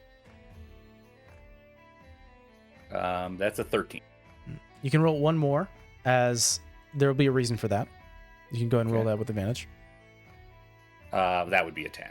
So. 10. So we'll do the 13. You hear Yuka go. A ruffian. Cloaked figure, someone who you were not able to report. What an easy answer. And you hear from the back, standing, Izzy go, yeah, that weirdo saved my life. Why don't you go fuck yourself? You hear from the back, the gavel. Get her out. Get out of here. That weirdo. Order. I'll say that you have swayed the jury.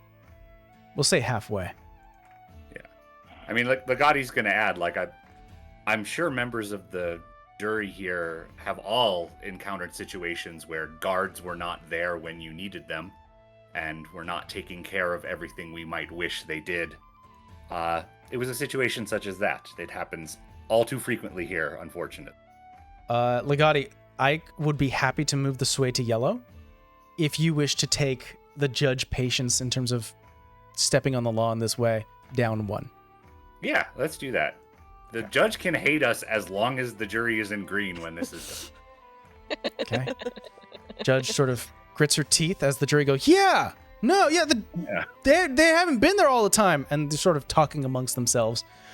The gavel, order. And you hear from the back, objection. It's a tangent, Your Honor. How's it? I mean, No, Phoenix- that the fact talking about the hooded figure. Oh, The judge goes, agreed, sustained. Mr. Yuka, please keep this focus moving on forward. How was your memory, Mr. Moxon? Within a month, it's perfect. How long were you detained? Does he mean right now? Like Yes. the past couple days? Yeah. What has it been? 2 days? 2 days. So Legati quotes it to the minute. How many minutes they've been detained? Days, hours. Amazing. Just for my own clarity and sake, what was Mr. Tanner's final words?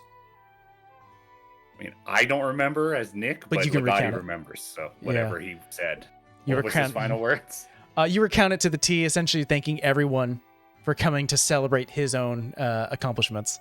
Yeah, and I refer to okay, when we did the moment of silence for Tanner, did most of the jury stand? Yes, most of the jury did. Okay, then I refer to him as the our great dearly departed hero Tanner, and a lot of honorifics and right before his tragic death. And then I report what he said word for word. That's incredible, truly. And you being within the cell of one of our stations, how many bars are there? And you hear Legati, the number of bars, but yeah. the judge almost gives a look and goes, Mr. Yuki, you better have a reasoning for this line of questioning. Yeah, does he have a judge patience thing too? Because I feel like that's on his side. He gives a smile and goes, I do. There's a reason for this. Mr. Moxon, it's quite impressive, truly, this level of memorization you have. Clear photographic memory. For the size of the cell, yes, it doesn't require, and we'll say that number of bars. Requires that many number of black metal bars. Could you explain to me why some of your bars in the cell are wood? Out of character, if it's been an hour since we've been in the cell, they're not wood anymore.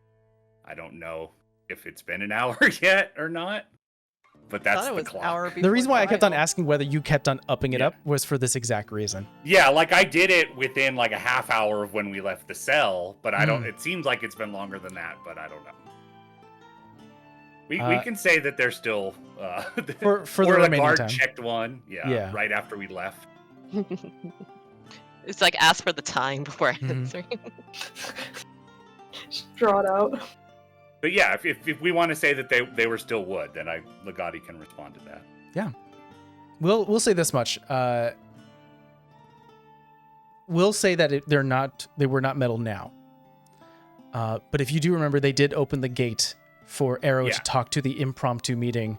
Yeah, with there's Joshua. Chances for them to have discovered when we were meeting with the lawyer or any of other. Yeah. Can you explain to me why some of the bars were wood at those times? This is I am a transmuter by trade, and to pass the time when I am wrongfully imprisoned in a cell, sometimes I like to transmute one material to another. Seems a bit risky to do so in the bars that are keeping you contained. It says, if we intended to escape, we did a very poor job of it. Yes, it does keep in question, though, in terms of what Plan A, B, and C are.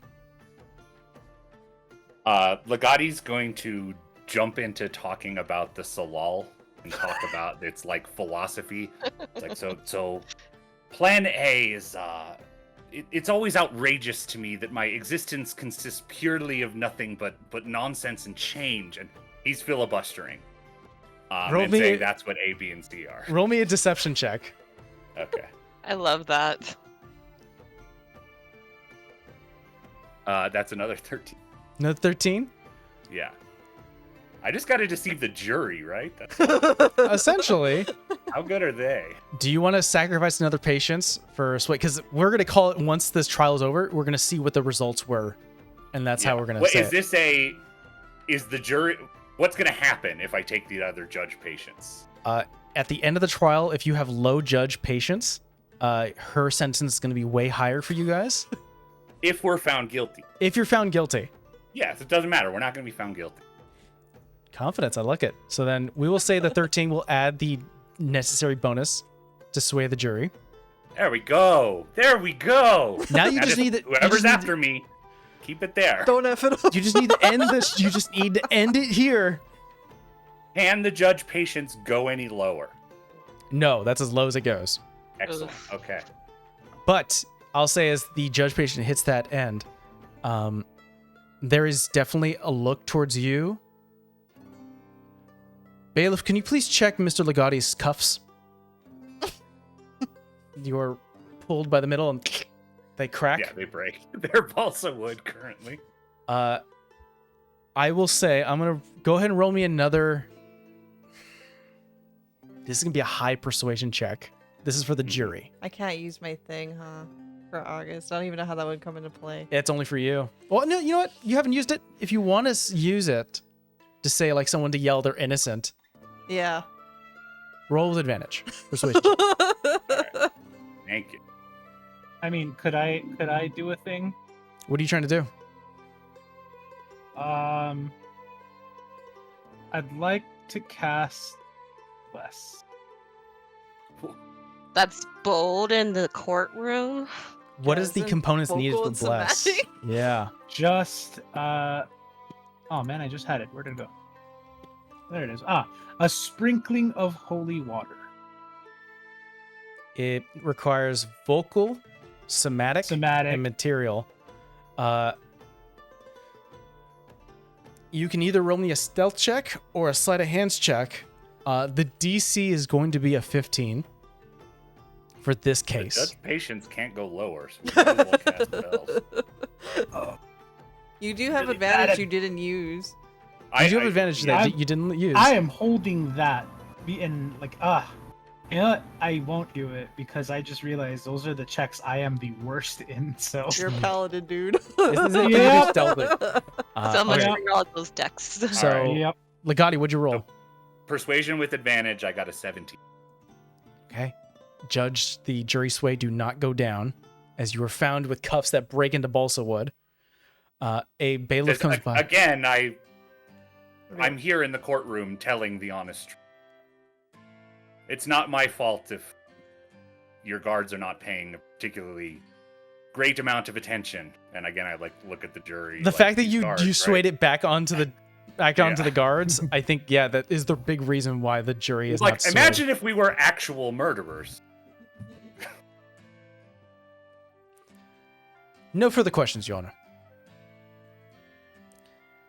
You may go back to your stand, Mr. Moxon, but... Just like and you see- loose manacles now. Yeah. Well, I think what happens is that a bailiff does slap on new manacles. The judge That'll looks do to it. you and goes, if we find these changed as well, we will slap you with an arcane set. I'll leave these alone.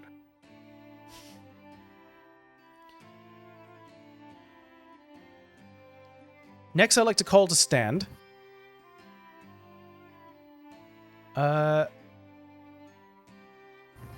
Arrow. He'll stand, but as he's going, he's actually gonna like tap Moors and kind of lean down and just say, "Keep me in line," and we'll walk over to the stand. Okay. Yuka looks at you and goes, "A man of the ocean, is that correct, Arrow?" That's one way to put it. You've seen your fair share of sea monsters, I'm assuming. Sure. Something like that. From our records, it seems like you were taken on by Captain Garthside of Tidewell. And lucky for you, he vouched and approved your employment from the Unity. So unlike your friend Diva here, you were actually here legally. It's not really fortune. I did it intentionally. Yes, well, it's good to have friends who submit the right paperwork. Is this your main line of work, seafaring travel? It is. Then this lines up with pretty well with what you had on your person. And provides the whistle.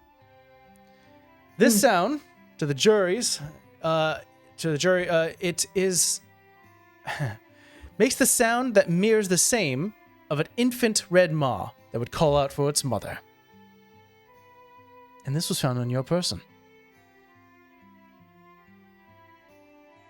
So I've been told. Okay. If you're not contesting this, the sway goes down.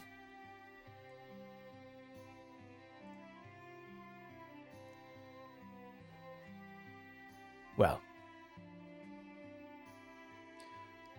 And why do you say you doesn't sound like you're very convinced that it's yours? Indeed, it's not. In fact, I saw Bull Red using it several times.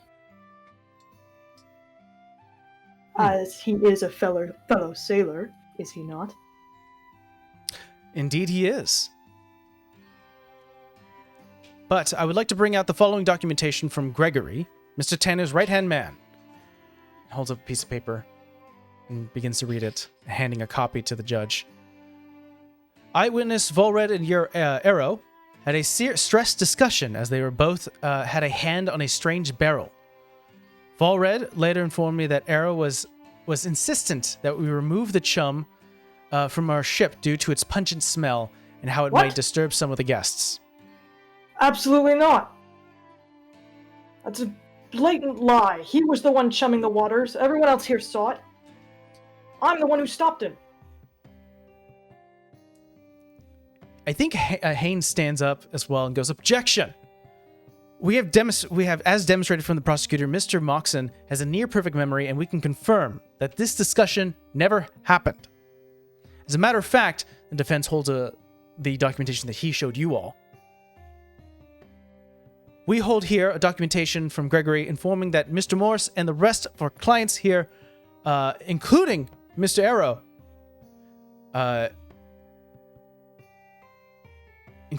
acted diligently and heroically.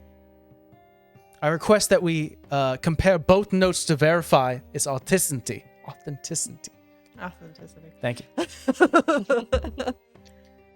With Haynes and your backup, I would like you to roll me a persuasion check. DC is going to be low. Oh, joy. Did you say with advantage? Yes.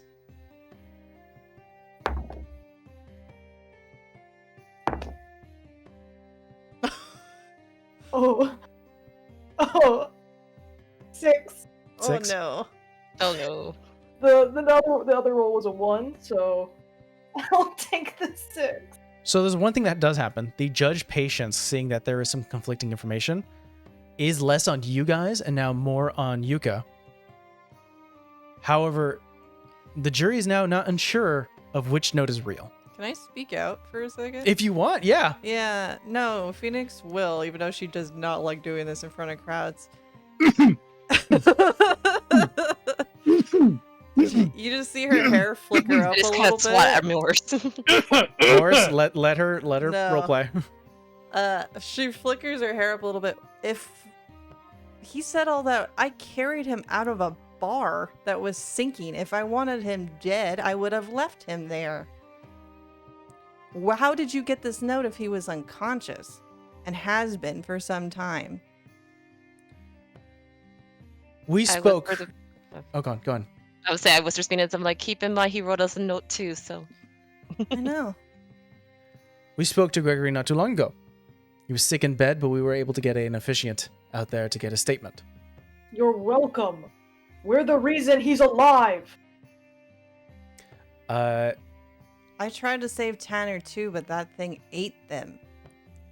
I was in its mouth. I would like you to roll me a persuasion check, Which I'm Phoenix, with gonna- advantage. She was in its mouth. She doesn't have any marks anymore, huh? I would like to take an action after Phoenix makes her roll. Okay. Good. That one wasn't good for me. That one was better. But it's a -1, so it's a 17. 17. The outburst has upset the judge. However, the sway goes back up.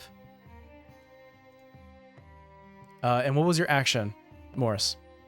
My action is I would like to stand up look at the judge and profusely apologize for Phoenix's outburst and sit her down and shut her up. You can try. I will. I will She try. like moves away from you and stands next to Arrow. Actually, I don't think you're standing next to her. No, neither. I'm in the middle between Yeah. him and Arrow. We're, so- are we sitting down because Arrow's on the stand? Yeah. Oh, okay. Yeah. Well, then I move away from you and I go sit next to Legati. Fine. Here. Shit. Order! Order! Let's see here. Myers goes, I think that might be prudent to look at both notes. She's given both notes and she looks at it.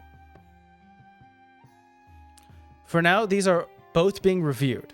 I will not reject this piece of evidence, Mr. Yuka, until verification is complete. However, if this is found to be any sort of wrongdoing, we'll have a talk. Can I whisper to our lawyer? Yeah. It's like, I think both notes are authentic. I just think Volred lied to Gregory about the conversation. One of them is something Gregory witnessed himself. Another thing is what he is told by the person we believe to be the true criminal. Good idea. Stands up. If allowed, Your Honor, I would like to have Gregory on stand when it does come time to review these notes to see if there's any leading happening. And I'll say that, Legati, you can roll this. Just roll me a d20. Okay, that's an 18. 18. Judge removes a little bit of that anger, gains a little more patience.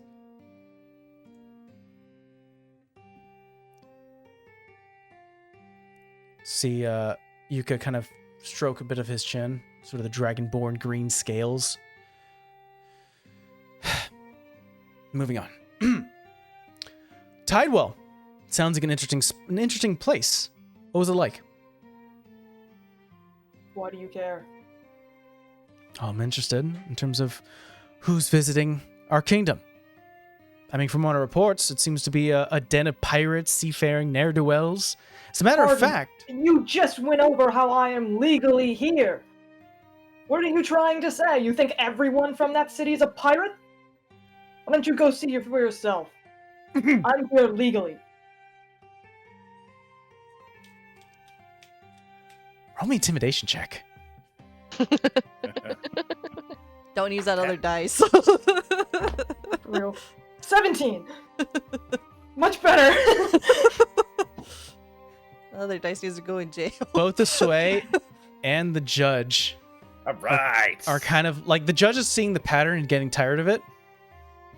And the jury sees it as well. You see immediately Yuka almost is taken aback a little bit. No further questions, Your Honor. I'm gonna like linger a moment and again like glare daggers at Volrad. And then go back to my seat. Before we get to Morris, we're going to take a quick toddler break, so be right back. And we're back. Arrow, you are dismissed from the stand. Prosecutor Yuka goes, I'd like to call Mr. Morris to stand. I slowly get up and make my way over. I sit down quietly. See a bit of a pompous air in his throat. He goes, Mr. Morris, I'm not even sure why I need to examine you. Not but 3 days ago, you were locked up in this very station for assaulting a captain of the Southside Guards.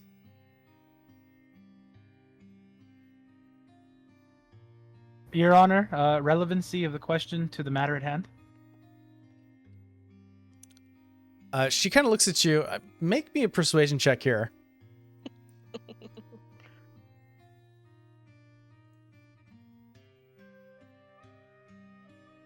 19. 19. The judge patience does not go any lower. She just looks at you, gives you a nod, and goes, that's up to your legal counsel to give an objection, not you. However, Understood. after Look hearing to the that, council. Look to Joshua. Joshua does stand up and go, Your Honor, it's been proven that Mr. Morris acted as a protector to a minor who was being accosted by the captain. Plus, as we've shown, There are documentations showing a pattern that Mr. Morse is a defender of his fellow man. The judge goes, Mr. Haynes, I'm sure we can all agree with you that I'm sure you can agree that people are complicated. And I admit that reading Gregory's note was enlightening, but it does not absolve him from his actions. But to your point, motions to both you, Morse, and Mr. Haynes. Mr. Yuka, this is the case of Mr. Morse versus... This is not the case of Mr. Morse versus our Southside captain. That's been resolved. Please let's reopen up this can of worms, and let's stick to the torn chain. Mr. Yuka, understood. Why did you bring heavy armor to the party? I wear my armor wherever I go. There are evildoers everywhere. You must always be prepared. As far as I could tell, Mr. Morse, the only danger here is you. No one hired you to defend the torn chain and its crew. It's actually understandable that Arrow was armed to the teeth, considering that they were hired for security detail. And Mrs. Diva here was conveniently has an excuse to bring her weapons for entertainment. But you bought weaponry, heavy armor, ready for a fight. Dangers everywhere? Seems like someone who's a bit unhinged. I'm not sure what the question is here, Mr. Yuka. Mr. Haynes stands up. Your Honor, leading the witness, Mr. Yuka is once again trying to paint Mr. Morse as someone who would attack without cause.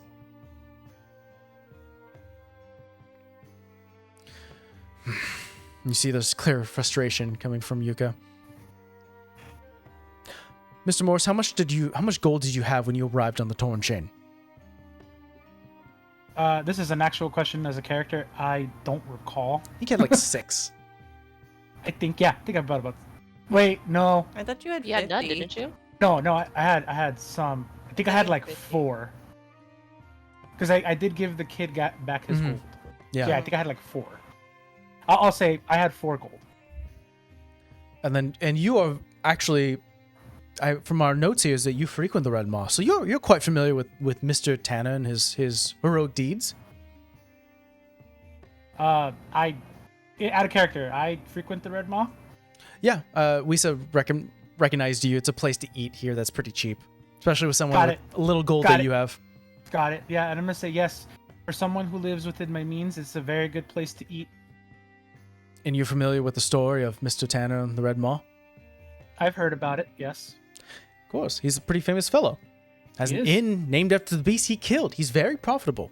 As a matter of fact, Mr. Tanner was looking to expand a lot of money in line. Which is why, Your Honor, I submit for the reason for the death of Mr. Francis Turner.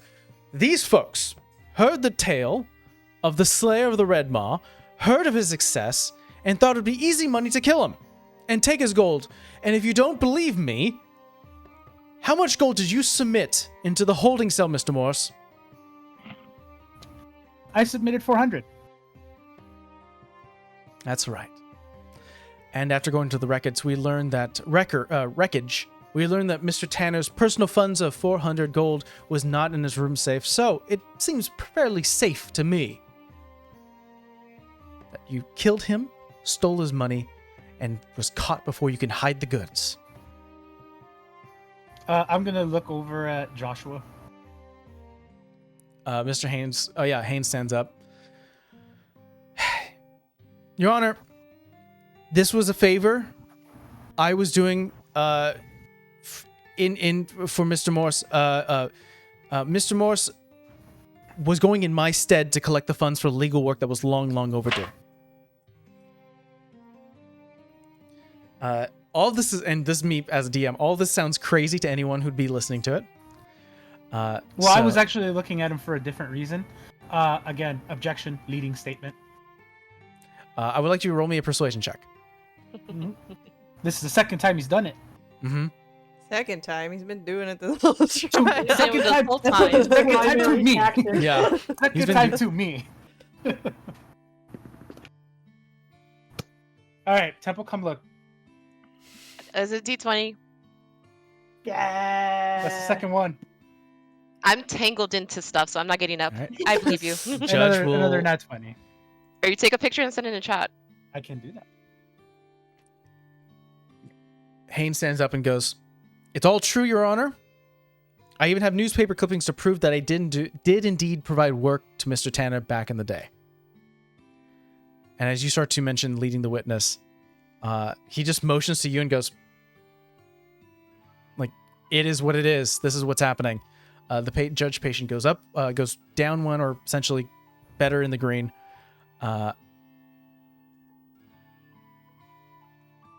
You see the judge kind of, almost at this point, not wanting to hear any further, goes, "I believe we heard enough. Mr. Quinley, can you take the stand, please?" And Morris, as you get down, you are passing Quinley. Just pass. Okay. You see the... Does he try anything? Does he try anything? Does he put anything in I his know, pocket? insight check. Roll me a perception check. Perception. Well, actually, I have a passive perception. Does that work? This would be you actively seeking it out. Active perfect, perception yeah. check. I Question: absolutely how will. bright is it in the courtroom? Oh, it's early in the morning, so there's plenty of sunlight. Oh. Oh, is there? Oh, because of you, yes. It's in the morning. It's in the morning. Oh, That'll be a 19 for the perception. I have expertise in that. At disadvantage, it's an 8. Okay. Ray Put of windows sunlight in comes here. in. Just squinting. You see Quinley hold on to this like metallic like circular disc and sort of just move it to his side as he walks past you. Okay. I see this. Mm-hmm. And the only reason you see it is because you're just Okay. walking past. As soon as I get to the bench, I'm gonna say, Joshua, check him. He just moved something on his person, on his way there. Well, I'm gonna go up to stand. We'll see what that does.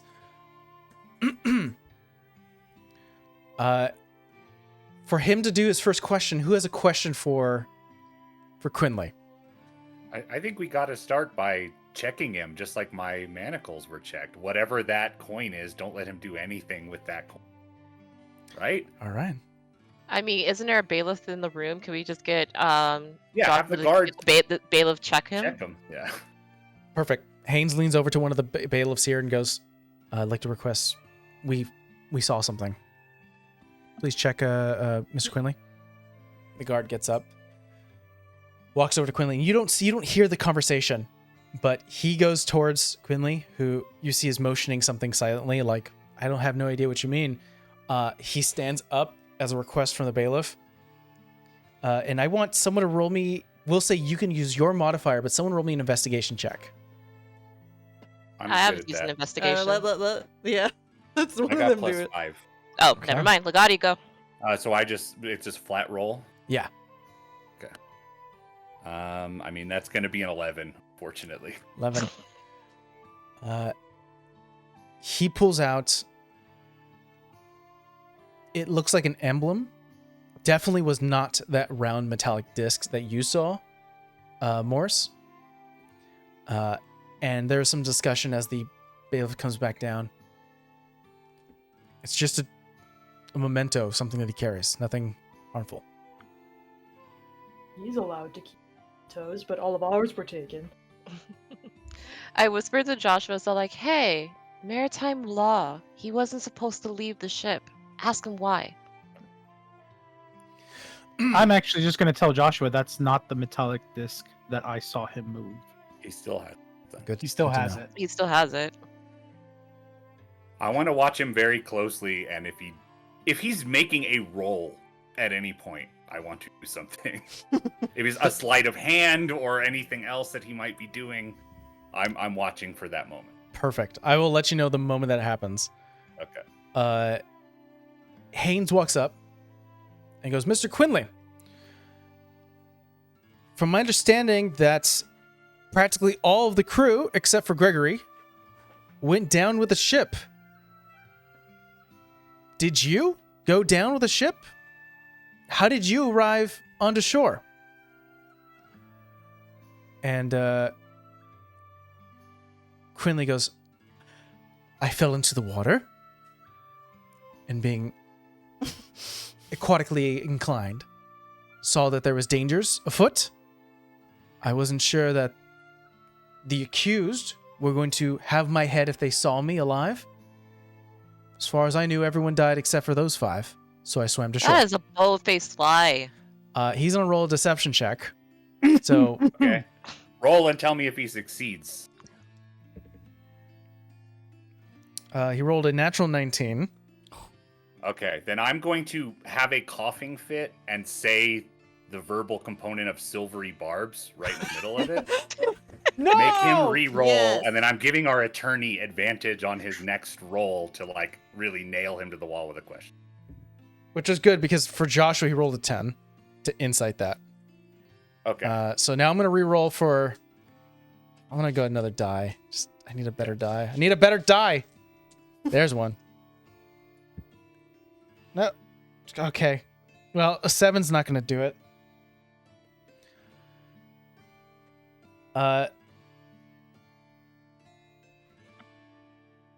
Haynes goes, you saw, or you assumed... No, actually, I think he begins it with, you saw that besides the 5 being accused, that every one of the crew is dead. How about its passengers? Negating the 5 here. What about Ambrosia? Isn't it not your duty as part of the crew to ensure that her safety? Really good stuff. I have my own little ticker here for Quinley. So if that's the case, I have another question.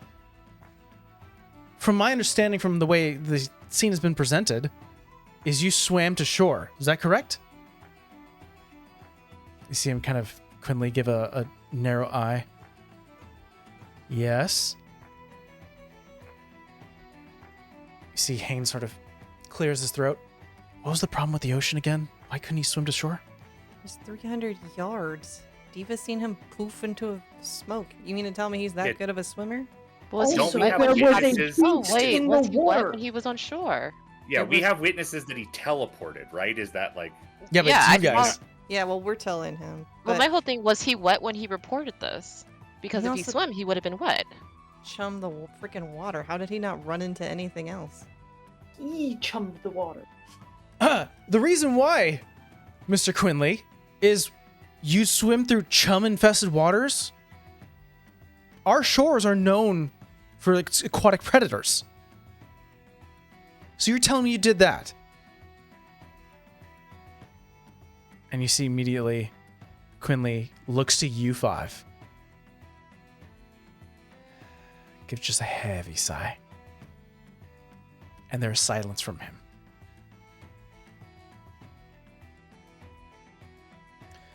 If you don't intend to answer, Mr. Quinley, it just incriminates you even more. So why don't you tell us how you actually got to shore? Because from what we understand, is that you have a way to teleport. No. I'm not blessed with such arcane gifts.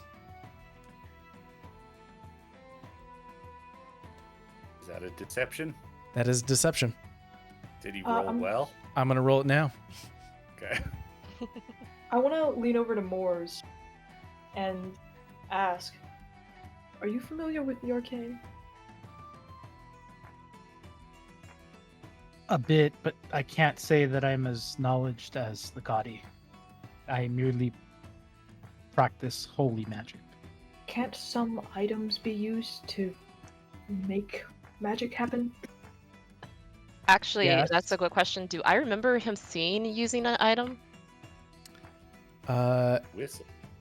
I will say, The whistle. Diva, roll me, Old just roll me an Red's whistle. intelligence check.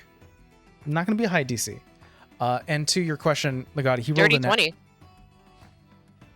We're gonna settle this information quickly. First of all, Okay. Haynes rolled a natural 9, but with advantage because of silvery barbs, got up to a 17. Okay, that's the advantage he had from when I gave it to him before. Right? Exactly. Okay.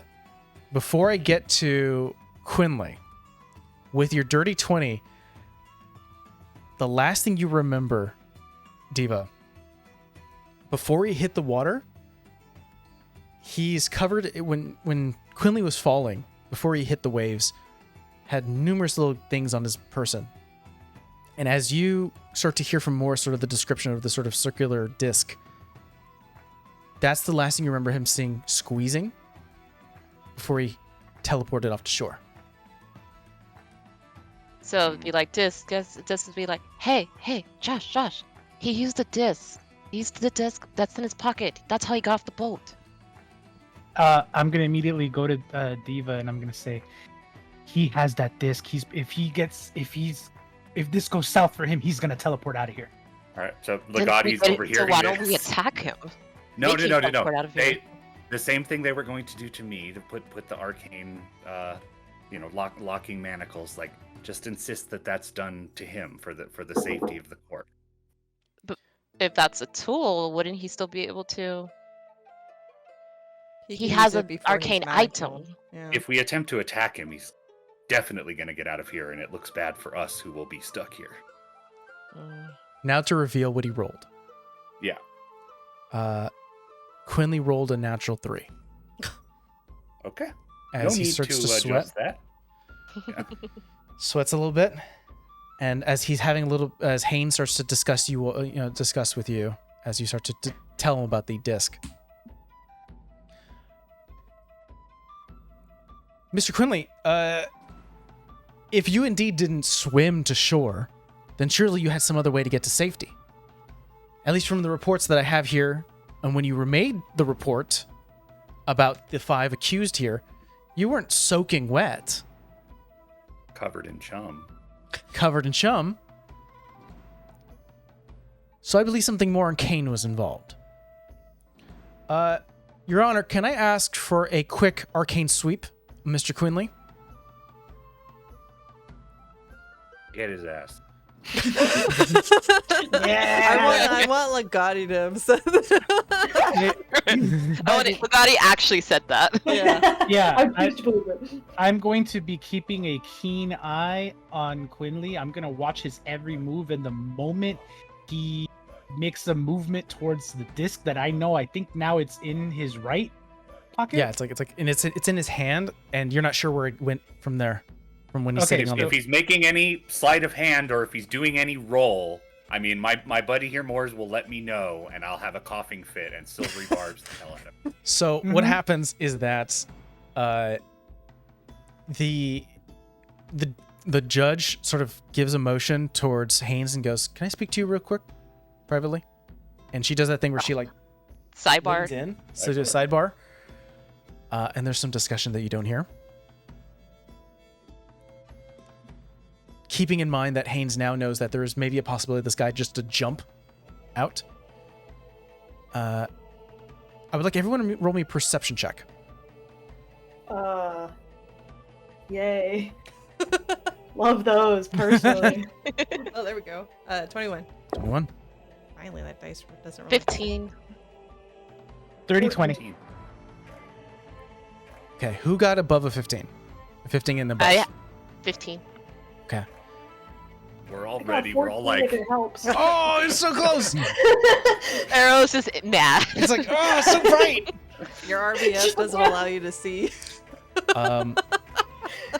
You see a face of almost like surprise. The judge looks, almost glances, does move her head, just her eyes, shifts over to Quinley, gives a nod, like almost like, "Are you sure?" You see she starts to motion her hand, casting an arcane spell of her own. And with the perception check of 15 or higher,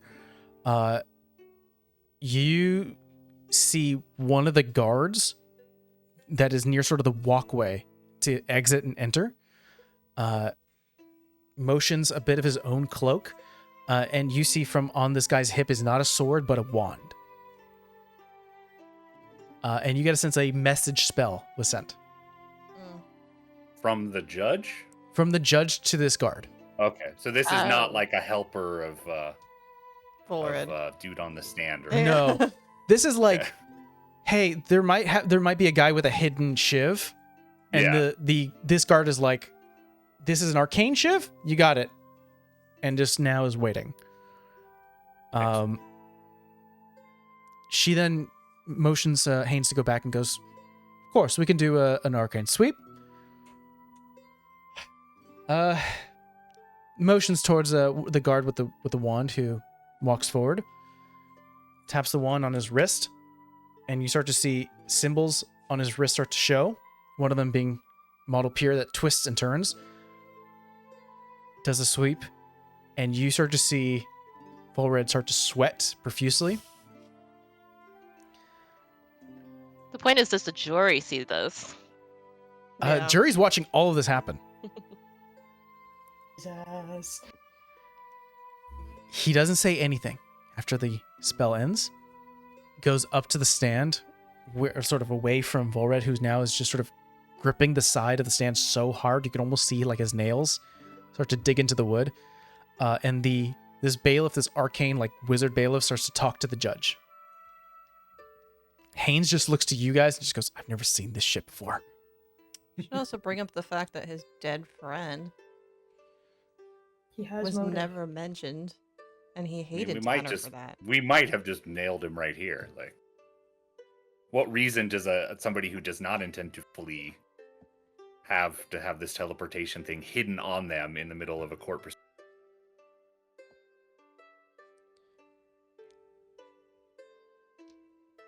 You see the judge finally finish talking. Just gives a nod to the guard, who then stands right next to Volred. Just crosses his arms. She looks to Mr. Haynes and goes, you may continue your questioning. Anything else we want to ask this guy? Ask him about his friend, the one who died when the mall was first slain by Tanner.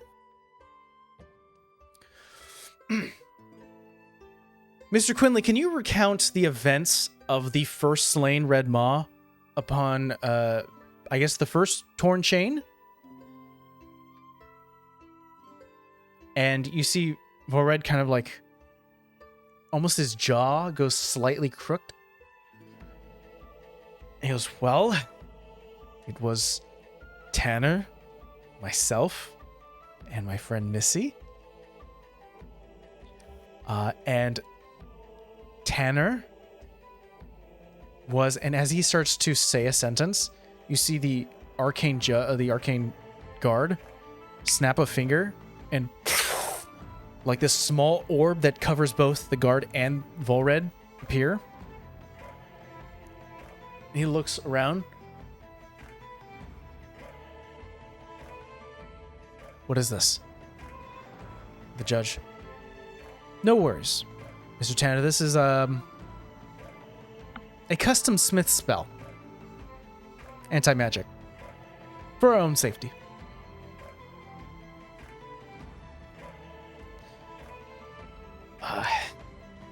Okay.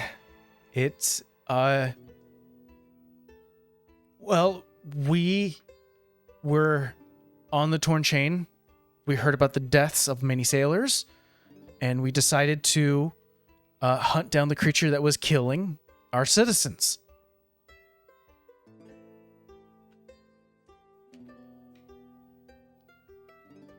I think that's a fairly truthful answer. Above board. Ask him how Tanner won killing the fish. Can you tell me how did the slaying occur? Who was the one who slayed the was it how give me an account.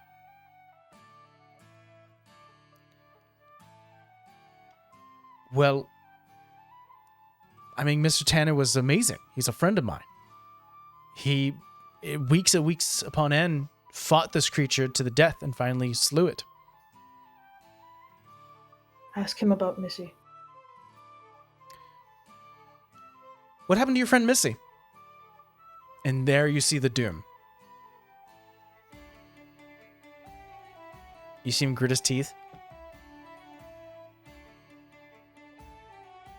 And immediately try to jump over the bench. He makes it a little bit out of the anti-magic field, the smaller anti-magic field. Holds up the disc.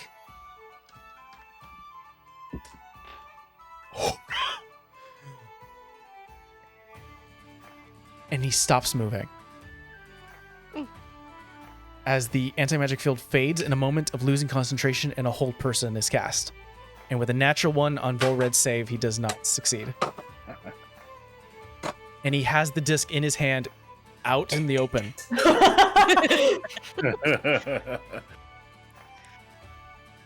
The jury I can't move him any more green.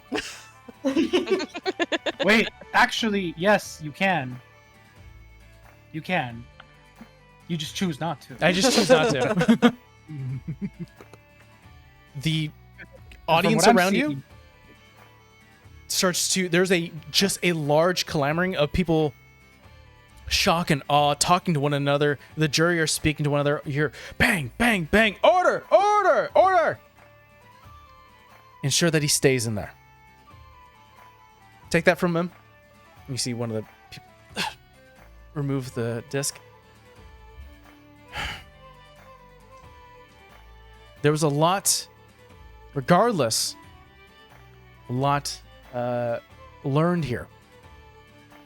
So we're going to take a quick break. I would like to see you, Mr. Haynes, and you, Mr. Yuka, in my office. We'll do a quick break, and then we'll come with our sentence. You see, Haynes looks to you all. He goes, I'll join you guys in a bit. Okay? But this is good. This, perfect. Anything happens while you guys are brought back to your cell, and an hour passes. I think Phoenix just stays in a corner. The jury is deliberating, right? The jury will... You get informed by Haynes that the lead juror, the one who usually stands up and goes, we, the jury, find the person who's been appointed to announce it, that person, as well as Haynes and Mr. Yuka, have been sent to the judge's office to talk. Okay. I'd probably just If tease I had Arrow, be like, nothing- tease Arrow's like, anyone ever tell you you're so attractive when you're angry? No, certainly I've not heard that before. It was just like, the way you went off on the stand. Thank you. Legati is crossing out plan A, plan B. We told And, you. well, I, for one, had nothing but faith in the legal system and the competence of the guards. I certainly didn't, but I'm glad he, for lack of a better phrase, hung himself. I think it would be prudent of us to stop speaking and just wait the time out. You never know when the walls have ears. We are still technically detained. We still did nothing Fair wrong. enough. That hasn't stopped them from trying to come after us legally, so I think it is in our best interest to just wait this out. It is concerning they didn't just throw it out after he pretty much confessed to, trying to what he did. He hasn't confessed, but he did something very incriminating. I think it is in our best interest to not discuss any matters further amongst ourselves until we see this through. Again, you never know when the walls have ears. An hour passes. Short rest. Short rest. Haynes Okay, walks cool. to you all. He goes, I've never been talked at for an hour straight. But also it was fun to see Yuka sweat. We went back and forth numerous times. Yuka is fucking pissed, which honestly feels like progression. And maybe I'm hiding underneath the rock, but maybe the judge likes me. I don't know. I wouldn't get ahead of yourself there. Don't ruin this for me. Morris, don't ruin this for me. You're doing well. Thank you. Thank you for assisting us. Also, even if you are doing it for your friend. I also have bring it in, and you see one guard who completely turns flush when he sees you, Diva, holding a tray of coffee. Aww. You see this middle-aged, brown hair swayed back with a bit of a 5 o'clock shadow, human guard who just goes, "I know you wouldn't do it, Diva." Oh, well, you're sweet. I just stroke his chin, take the tray. Does the back shiver. You just turns see around. like Moore's just disgusted. Really? No coffee for you, then. Ugh. I go to Legati with my coffee. All right, the God, you'll have some. Right. Well, we presented a few options. The judge currently is not willing to stretch this out any further because there was some alternative crimes that were done here. For instance, Diva, I didn't know you technically are here illegal. I didn't realize it was going to be an issue. I mean, the interplay between the kingdom and the unity is still pretty strenuous, and you kind of need like a passport to get through. If you don't have that, it comes with some problems. Yeah, but I still assume that that's no more than a fine, maybe a very light prison sentence, as opposed to someone who just literally tried to teleport off the stand. Not to mention, my friend was murdered. You didn't tell me that part. I wasn't informed. I did not have the information yet. What happened to Discovery? If he had it, you should have had it. This was the weirdest case. It went down in like a minute. And this is something you need to stress. Listen, I've had plenty of times to read the books you have in your office. There's nothing better for me to do right now but to read those books. And yeah, I wholeheartedly agree with you.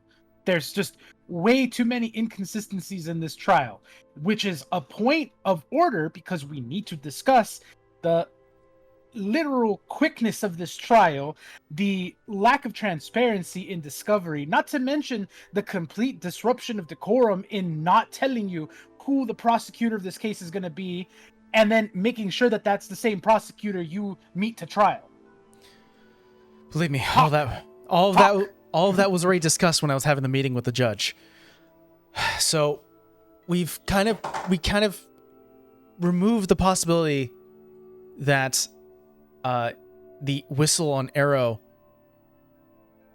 it could not be confirmed whether or not that was yours or his. So that's good, since it puts doubt. This means you're not at fault for that. Right now, a lot of things are up in the air. Well, question. This is actually just a meta question, so yeah. I'm gonna see if this works. How long has it been since the ship went down? Like a day and a half, like 2 days and a half. Like 2 days? Okay. Yeah.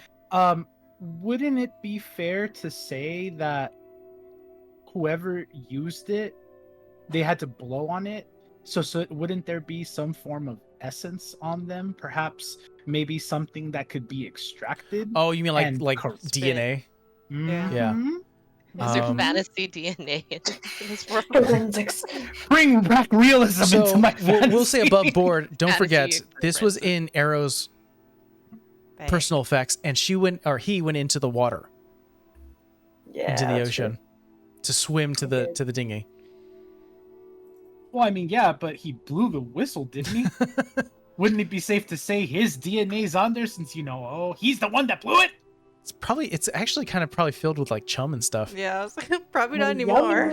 Yummy. How did it, hold on. Okay, so then through logic, right? If he blew the whistle and then ended up in the water, how did that whistle end up in Arrow's belongings? That is the mystery. I have it all written down. No, yeah. He blew the He was whistle in and- close contact with Arrow for Yeah. He only needed a instances. moment, clearly. to do Yeah. it. So, Haynes goes, we worked out a few deals, kept in mind all sort of this strange events that happened during this case. A lot of things that can't be proven to 100% fault. So, Golden, I presented a few deal ideas, so did Mr. Yuka. I don't know what the judge is going to decide on, but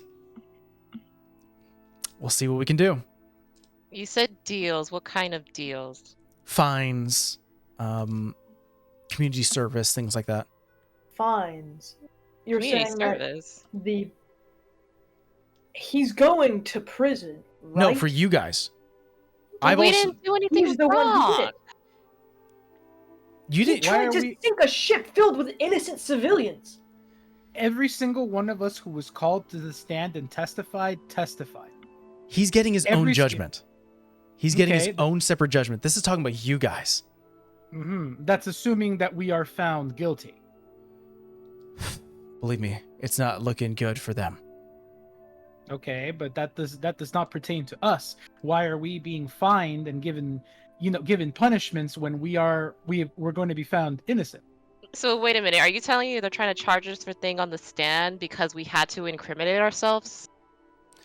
Well, they're trying to move things along so they don't have to do separate cases for both you, Diva, and you, Phoenix, for the breaking and entering and the legal entry. So they're just going to slap a fine, and that's more than likely what's going to happen. If there's community service attached to it, that's what's going to happen too. However, for Volred, I don't think he's going to come back. That's fine and dandy. What about the matter of my missing money? I don't know. That wasn't discussed. It might be considered evidence. They can keep it if it pays my fine. You pay your own fine. He brings you back to court. This time the crowd is gone. It is just you, the prosecutor, the judge, and the jury, as well as Volred, who's behind the prosecutor. Volred has this face of like contemplating anger and a bit of defeat. As you both all take your seats, the judge clears the throat. A lot has been accused today on both sides, and it doesn't help that this occurred out in sea. I cannot, in good faith, keep the death of Mr. Tanner on the accused here through the information and evidence provided. And not to stretch this any further, obviously we do have concerns about the place of origin for Miss Diva, the new trend of involvement of the law with Mr. Morris and Mr. Moxton, and of course Miss Phoenix's B&E. But we can settle that quickly now. Deals were presented by both sides, and I believe we picked a fair one. The jury has been presented with the deal on my stance, and does the jury agree? The one singular head jury member kind of goes, "We do, Your Honor. For the provable crimes, we find the 5 guilty." The gavel slams down. "And how do you feel about the crimes against Mr. Death and Mr. Tanner upon Mr. Quinley?" The jury goes, "Due to the events that we saw during the trial, we have no choice but to find Mr. Quinley guilty for the death of Mr. Tanner." You see Judge Haynes goes, "I assumed as much. I agree. You 5 will work with Mr. Haynes and one of our investigators for a community service project, which I feel is more in tune with your skills. You also have to pay off a fine of 1,500 gold."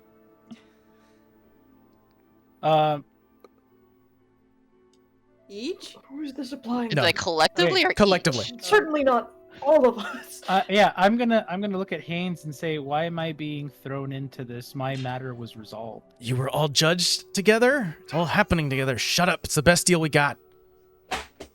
You are charging an innocent man with something he didn't commit on the basis of a past crime. Mr. Morris, do you have something to add?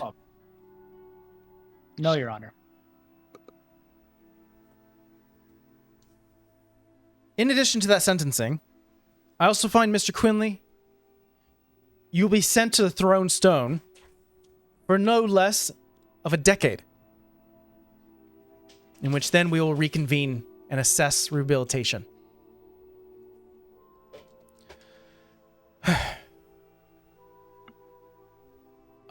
Also, Mr. Quinley, you will be fined 50,000 gold pieces for the possibility of false accusations, as well as the illicit contraband found in your quarters.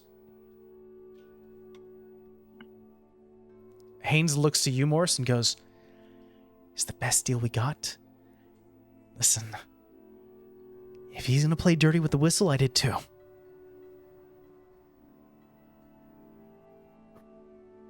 You screwed me.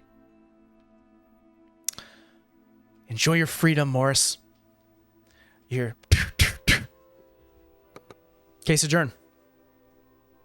A judge comes to each five of you, releases your manacles. We're free to go. You're free to go. Phoenix takes off. Like, as fast as she can go. 1,500? I mean, I can make it in a couple of weeks, probably. I just have to figure this out. I'd like to go and collect my things. I would also like to collect my things. She'll Oh, yeah, go my back so- to my so- Haynes. for Yeah, that Haynes is later. walking out of the courtroom as Phoenix, you rush off, and he's like, "I have your shit." She'll find him later. God damn it. I would like my sword back, though. I have it. Likewise. I have it. So yeah, That or she'll snatch it from him as she goes. he is at his place. Okay, then never mind. Yeah, she'll find Yeah. him later. Are you taking off right now, Phoenix? Yeah, Okay. totally. She's amscraying the hell out of there. He looks to, as you guys walk out, finally out of earshot. I'm assuming everyone's walking with him, Except for Phoenix, who ran. except for Phoenix who ran. Yeah, she takes off like full speed. He goes, "Hey, he played dirty with the whistle. I played dirty too. I had a guy who provides me with some pills that keep me up at night. Not Kingdom approved. So I just sort of snuck a few in his quarters and just sort of decided to hurt him a little harder." Ah, the contraband. Yeah. Why was I tried for a crime that had already been resolved? I don't It's- think it was that. Yeah, it's less of the pattern. And it wasn't that at all. I feel like I did nothing wrong here, and now I owe a collective 1,500 gold. And my gold was stolen! I could add maybe 10 to the pool. I was supposed to be paid for that event, and it seems my employer has been terminated. I mean, I'm curious how I'm going to be paid by this event. And actually, the person who owns my job is now dead. So we will see how this happens. Actually, to your point, Arrow, this was paid through the city. So I have your remaining gold if you need it. Fantastic. Yeah. Please. Yeah, I'll count this as approved. What happened to our fish skull? My skull. What did happen to it? Can we sell that, perhaps? Hey. That was not listed as part of the registered items you guys came in with. Well, it is difficult to carry a massive skull through the city. They lost my skull. Oh, they City didn't is the lose it. worst. They didn't lose it. But it wasn't yours to begin with. The judge said Hey, something about some investigation. What exactly is that? One of the options they threw out in the courtroom or in the office was community service. I guess they're gonna send some sort of investigator, and you're gonna help them out with a case or something. And that counts as community service. Does community service pay? No. But like Morris knows, I'm always on the scour for money and for jobs, so I probably can get you guys something. Joy. Joshua, answer me one question. If it's How going to be much money was condescending, left? I don't know. How much money's left? How much did they take? How much is left? They took your 400. I am destitute. Great. It's fine. We can work something out. We can work this. We do one job, and for community service, and I'll find you working paid jobs. If now the fact that you guys are all, if you guys can do this together, I can get you harder jobs that pay more. Well, I hope you can find stuff that'll allow us to pay back 1,500 gold for a murder we did not commit. But hey, on the bright side, you did beat that guy. What are the odds that, given my contracting work, they find me at sea? That they find you at sea? I mean, that's a good question. I mean, if you go further in towards the Flatsome Expanse, they're not going to find you. Good to know. Legati says, I am eager to move on from a town that has proven to be extremely irritating. I do know that some in this group have more roots here than others. I would worry about the punishment falling on those who remain behind. But certainly once the fee is paid, I will be leaving with all haste, and I do not care where we go. Just away. Are we I tracking concur. something? I mean, given that if we're paying Model Pier, do we have to stay in the city to earn those rewards? To pay them? I don't think there was any ruling that you were confined to Model Pier. I mean, definitely more than likely the investigation thing is going to happen here in the city. But I can only imagine the questions you may get if you try to leave the city without paying. Maybe a day or two to complete a job, and then they would ask questions if we did not return. Yeah. Me paying this fine, does that mean my illegal status is not going to be a problem? Or do Yes. I continue to have to worry about that? No, as long as you pay this fine, I can get the documentation for your staying here. And that should cover the fee as well. So I'll get you squared away, Diva. That other, fiery redhead, Phoenix? Yeah, where the hell did she go? She ran off. Did anyone? She said she'll come back for her stuff, but I don't think she said where she was going. Listen, I didn't get paid from you guys, but I can collect some payment I have from a friend. Sort of another favor I can pull, and I can at least treat you guys to some drinks or something. No. Let's go back to the Red Mall. I'm pretty sure I can get the bartender to get us something. More important, Joshua, we may not have been able to pay you in gold, but we paid you in reputation. What I you did win against today- Yuka. Your performance today was stellar. This could be a change for you. You performed very well. You needed a little nudge here and there, but that's fine. I was only 5 minutes late. We're fine. Maybe next time be 0 minutes late. A win is a win, and it was a glorious victory. And with that, Can't argue that. Still angry. we're going to call today's session. And as we end today's session, you all go to level 3. Oh, yeah. Woo! Yay. So if there's any, I know some of you guys are grabbing some subclasses. So if there's anything that you want to add in terms of story, in terms of how you get your subclass, or maybe you've just always been doing this or you've been aiming for it, we can always say that. Just DM me. All right. But thank Look. Yeah. Thank you so much for joining us today for Trials of VinTear. This Quite was literally. a literal trial. Mistrial. Of VinTear. We'll catch up with our party as they head to the Red Maw and enjoy some drinks and maybe discuss what's to come. And maybe even catch up with Phoenix in terms of where she's going. But until And more then, importantly, find soup. find soup. Bye, everyone. Soup!